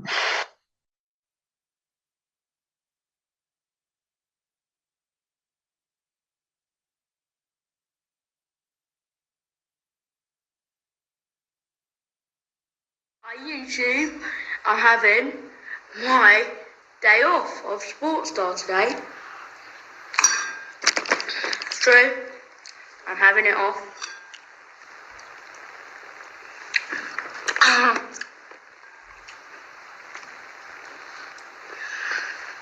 Yeah, it's true. Having my day off. YouTube. Having my day off. That's certainly how it goes, eh? I just love a good pajama day. This is me having my pajama day. But you're going to have to leave me to it. I'll see you tomorrow. Bye. You crashed into our hearts and lives 21 years ago. A scorching blaze of life from another universe so much brighter than any other star. You grew and grew. Everything seemed to make you cross, but there were things that you loved. You loved watching fireworks. You loved being swung round. You loved chocolate in all of its forms, and you could sense when it was hidden. Sometimes I thought that you might be deaf because you didn't ever try to come when I called your name. But if I tried to open chocolate 3 floors away from you while holding my breath, I could hear your plump, righteous little feet racing up the stairs 3 at a time to confiscate it crossly. It was too funny for regrets. Nothing was safe. Everyone who got to know you eventually loved you. Even most of the bullies who dogged you at school grew to love you.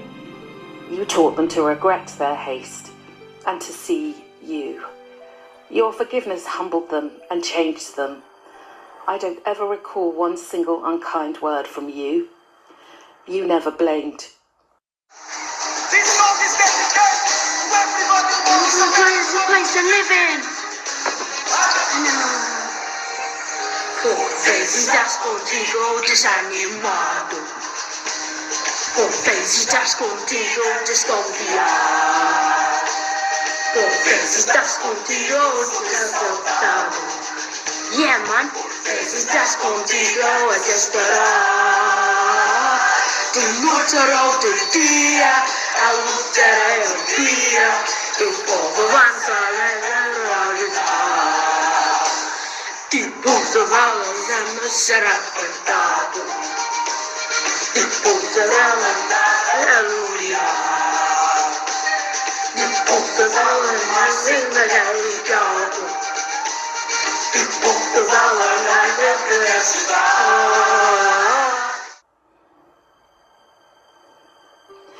You worshipped the matriarchs of your family and your granddad. In their turn, they spoiled you rotten and were always fussing round you and chattering with you. When you lost those 3 fearless ladies to cancer all at once, it hurt you. But you masked that so well. At some point, you morphed from a chubby and confused-looking child into a smiling Greek god who did not visually stand out. But you were still you, autistic and also epileptic and trying. Your family and friends never stopped telling me how wholesome you were. The girls at college spoke about how your presence helps them cope with their own crushing anxiety and social difficulties. If they saw your smiling face in the college cafeteria, they felt safe. There have been endless, hilarious and unexpected moments with you, joyous. Your aunt treated you like the son she never had. Your father remembers taking you out to run in the open fields near the castle. He remembers, though, feeling deeply nervous that you would fall or somehow be hurt because you never wanted to stop running and being outside. This never changed. Your heart was so open. Your father brought you to stay in New York, where he lives now. He took you to a comedy show. You laughed uproariously, taking additional pleasure from the discomfort of your father and his wife, who didn't quite share such a fearless, liberal view of comedy as you had. After you left us, people came to the park here in your hometown in their hundreds to sing for you and remember you. You would have loved this. You were our absolute pride and joy. All of us still hold your hopes and dreams in our hearts. And we don't know what to do with them. You are irreplaceable and unforgettable. These are more than empty words. Your love and your humility perfumed the earth.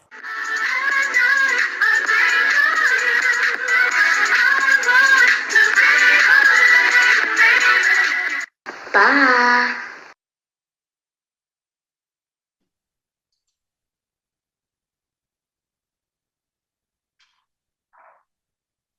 And Chair, I'm sure you will have recognised the montage played there, prepared by Christopher's mother, Julia Hopper.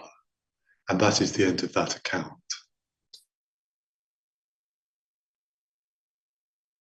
Well, I'd like to thank Mayor Motter for a very poignant account of his son Christopher, for sharing those memories of him with us. Thank you. And we now move to the commemorative and impact statement about Keith Jason Skeet.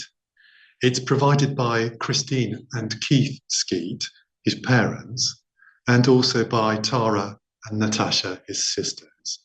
It will be read by Kirsty Lee on their behalf, and I'll ask Kirsty to start when she's ready.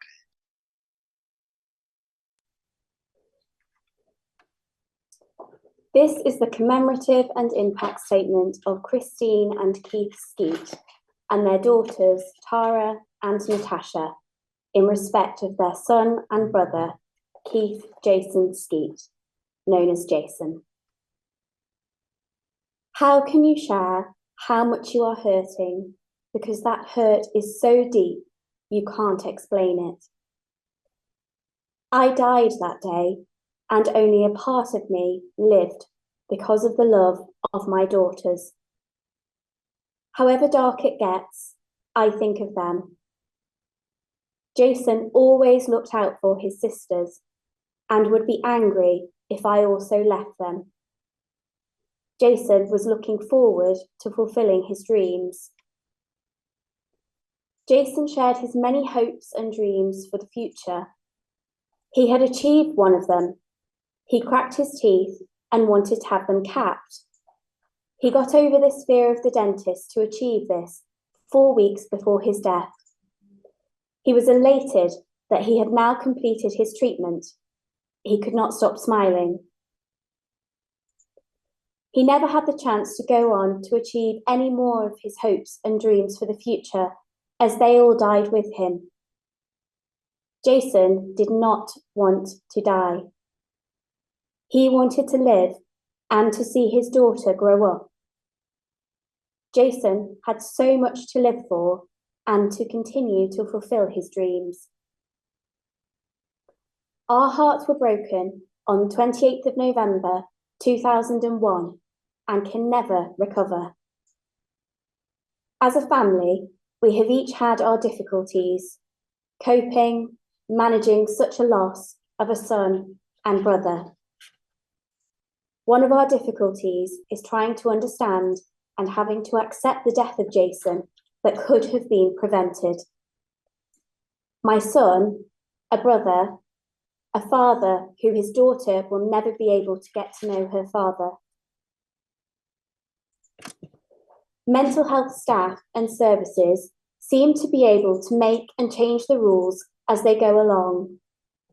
They seem to forget that the patients in their care are there for treatment, and mental health patients are human beings and not a piece of garbage you just throw out when they are not mentally fit for discharge. All mental health patients should be treated as you would like to be treated yourself. Because I trusted the mental health system, I carry the guilt with me for the rest of my life for my son's death. A son, a brother, a father who was loved by all who knew him. Our hearts are forever broken. Jason was discharged on the 27th of November 2001, and we lost him the 28th of November 2001. I can't go more in depth as it is too painful. Mrs. Christine Skeet, on behalf of herself, Keith, Tara, and Natasha. And Chair, that is the end of that account. I'm very grateful to the Skeet family for that account. It's very good of them to. You're muted at the moment. I know you're saying thank you.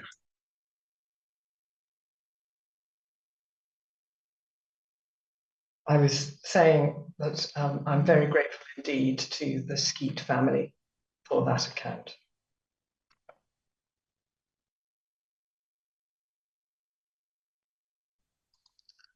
Thank you very much. And Chair, we now move to the final account of this hearing, and it's from Ben Jackson, and it's about his brother Edward, Ed Jackson.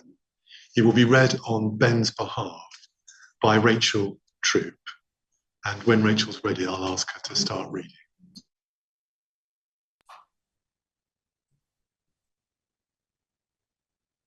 Dear Baroness Lampard, I am writing as requested to provide an account of the life of my little brother Ed, who died by suicide whilst a mental health inpatient in Essex on New Year's Eve 2007. I will do my best to describe some of the impact that his illness, the circumstances of his death, and subsequent events, up to and including my involvement in this inquiry, have had on me. I hope that the following also conveys the extent to which our childhood together has been a positive influence on my life. Edward Jackson was born in March 1989 in Ipswich, Suffolk. He was 2 years my younger, and since I was born 14 days later in the month, we shared the same day of the week for our birthdays each year. We grew up in villages in Suffolk. For the first 9 years of Ed's life, this was just north of Ipswich, where we lived in a house in a quiet cul-de-sac off an equally quiet lane.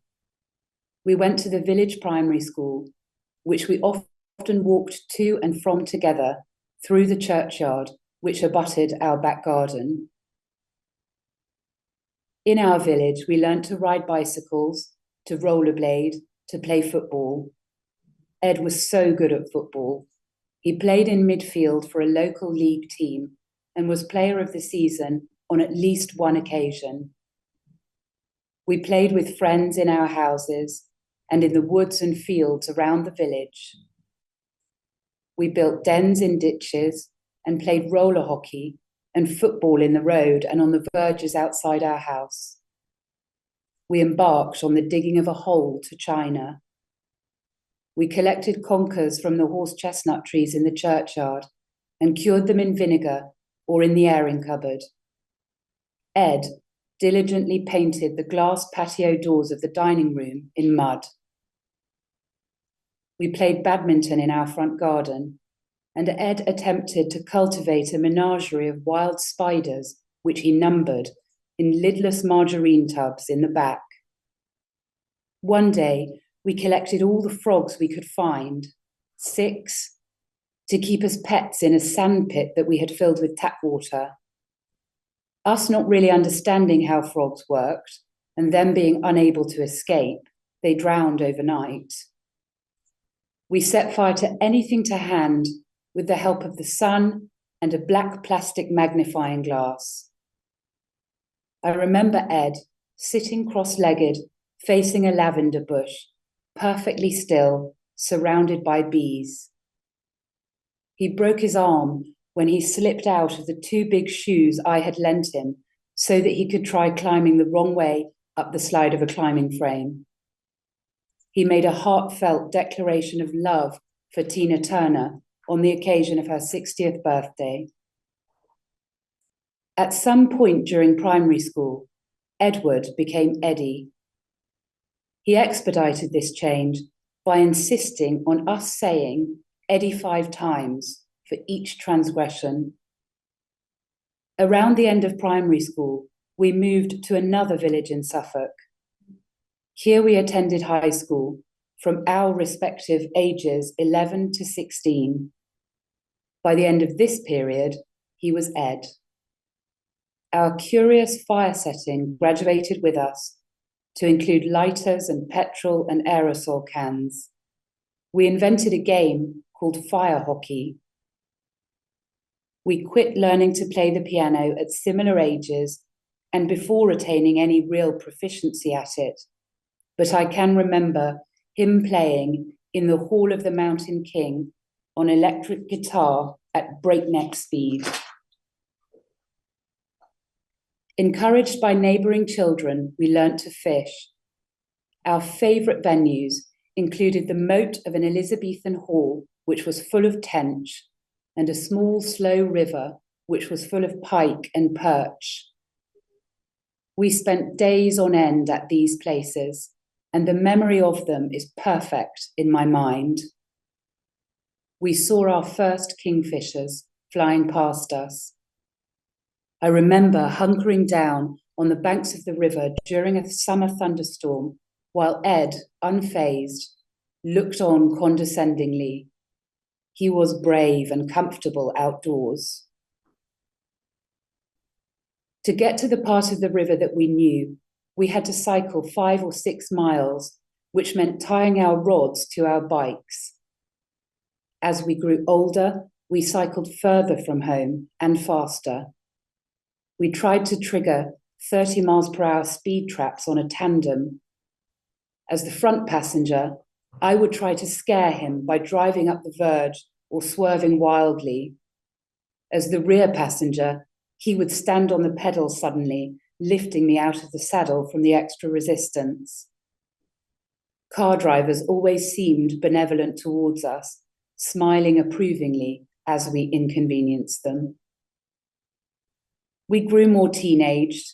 We didn't always get on. Ed moved on from cycling with me to half pipes and dirt jumps. I spent more time with my friends and less with my brother. We developed loves of music, some of which was shared: The Prodigy, Two Lone Swordsmen, Propellerheads. We took my first car for a drive along roads that we used to cycle down. We happened upon a stoat, which dropped the rabbit it was carrying and disappeared into the hedge. We backed up and waited, and it obliged us by returning for its meal. To the best of my recollection, Ed started to become unwell roughly after moving schools for 6th form. A year later, I left Suffolk to go to university. I was home for Christmas in my 2nd year when Ed died. He was 18. A policeman knocked on our door in the middle of my friends arriving for a New Year's party at my parents' house to tell us. I remember his awkward kindness, and I remember telling my friends that they would have to leave, but I don't remember anything else from that evening. In general, my memories for the year or so prior to Ed's death are less clear than at other times in my life. I largely absented myself from the situation at home at the time because I found it hard to be around Ed's illness. He threatened violence and was obviously in anguish. I also think that I suffered some temporal dissociation due to stress, but I do remember some things. Ed told me that he appreciated the influence that my musical taste had had on him, which more than made up for his losing my CDs during inpatient stays. I think that he stole a taxi in an effort to escape from hospital. I think that he was stopped by the police riding his motorbike to safety up the A1. I am so proud of him. I am less proud of myself. Soon after his death, you might have found me saying that the impact of it was blunted because the person that my brother was had already been gone for some time. I find this attitude so horribly arrogant and callous looking back. For years afterwards, I would sometimes dream that he was still alive, returned to us after a period of being missing. But these were not happy dreams. In them, his reappearance was to be feared because it meant a return to the stress of living with his illness. I had thought that I had forgiven myself for my behaviour at the time, which now seems far from perfect, far from brotherly, but I wonder if that will ever really be possible. You do not appreciate how often people ask you if you have any siblings until you find yourself in a situation where the answer is no when once it was yes. For a while, it seemed to me that there was no good answer to this question. One can reply no, which has the benefit of not having to explain, but the minor drawback of inviting comments about only children, and the major drawback of the guilt associated with denying the existence of the person who you feel is the most deserving of it in the whole world. Or one can say yes and hope that the conversation ends there. I find now that the least worst option is to tell the whole truth, but this puts you at the mercy of the questioner's social skills or lack thereof. I assume I will always struggle with this question to some extent. Some years after Ed's death, I attended the coroner's inquest into it. I missed the first day, which included the paramedics' account of finding him, because I was working. I do not remember thinking particularly badly on a personal level of any of the staff involved in his care that I met there. I do remember one person attending telling me that my mannerisms reminded them of Ed. I never visited the ward where Ed died. I was included in the invitation to open a brand new facility named after him, Edward House, with the promise that it would offer a safer and more therapeutic environment for the people staying there. I must have found this mollifying, but it is impossible not to think that a better tribute to his life would have been not to be learning now about all the circumstances that this inquiry is investigating. It seems to me that that was the implicit promise of Edward House, after all, and it feels to me that that promise has been broken. Earlier this year, I read for the first time the sentencing remarks of Mr. Justice Kavanagh in R and Essex Partnership NHS Foundation Trust from 2021.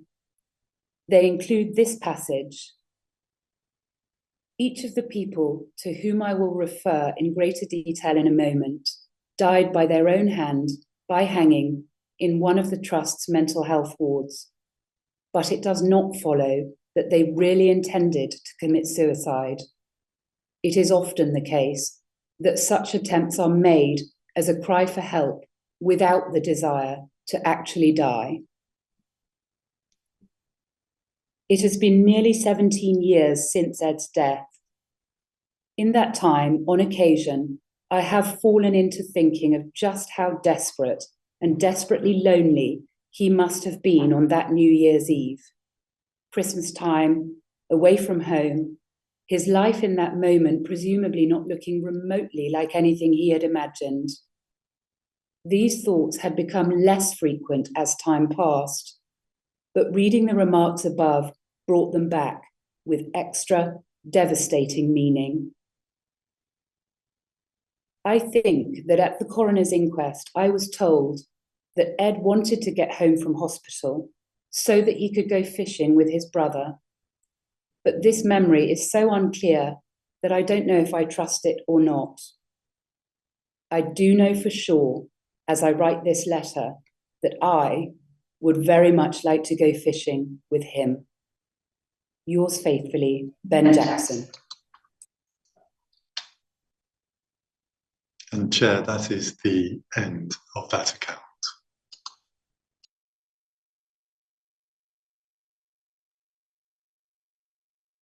And I'm very, very grateful to Mr. Jackson for that account of his brother, Edward. Thank you. Chair, that is the end of the evidence at this hearing. Many difficult memories and issues have been addressed, and I would like once again to remind those engaging with the inquiry of the emotional support that is available. Following the hearing, information can be found on the inquiry website, lampardinquiry.org.uk. That's lampardinquiry.org.uk at the support tab. And finally, Chair, before I hand over to you, I'd like to thank Amanda, our evidence handler, and the team from RTS for their technical assistance with this hearing. Thank you, Chair. Thank you, Mr. Griffin, and I reiterate my gratitude and thanks to everybody involved in ensuring the smooth running of these hearings, including members of the inquiry team. We've come to the end of the inquiry's impact and commemorative hearings, and I wish to thank everyone who's engaged with these hearings and provided personal accounts and opening statements over the past 3 days. The 3 opening statements have given me much to think about and have raised matters that I and the inquiry team will carefully consider. I'm grateful to those representatives who made those statements for their assistance. I wish once again to give my sincere thanks to all those who provided commemorative and impact accounts. I do not underestimate how difficult it will have been to make those contributions. The commemorative accounts shared in all their various formats, public and in private, not only add to our understanding, but are also invaluable in drawing the attention of the wider public to the depth of tragedy in each individual loss. These accounts are vital to the inquiry's work. Each commemorative account was moving and memorable. Each has captured the essence of the person who has been lost and of the impact on those who loved them. Each story will endure in my mind, and I'm sure in the minds of many others listening to these hearings. As I said at the outset of these hearings, I've asked my inquiry team to consider how we may gather all the accounts heard by the inquiry and present them in a way that preserves and reflects their vital importance to the inquiry's work. And I've asked that this be done in collaboration with the families who provided the accounts. Whether I've heard an account publicly or privately, and whether it's been pre-recorded, given live, or read by someone else on your behalf, the account will form part of the evidence base of this inquiry. And although these hearings have been virtual, they will be afforded no less weight than an in-person hearing. Indeed, virtual hearings are essential to ensure that everyone who'd like to be able to provide an account has a means of doing so that is comfortable, safe, and suitable for them. Looking forward to next year, the inquiry will hold its next set of hearings in April 2025, some details of which have already been touched upon by Mr. Griffin in his opening statement. But further information will follow on the inquiry website shortly. I want to conclude by once again expressing my sincere thanks to all those who've been involved in these hearings and by paying tribute to their courage and dignity. Your account and your involvement are pivotal to the work of this inquiry, and I very much thank you for it. Thank you. Thank Thank you very much, Chair. And please now end the live feed.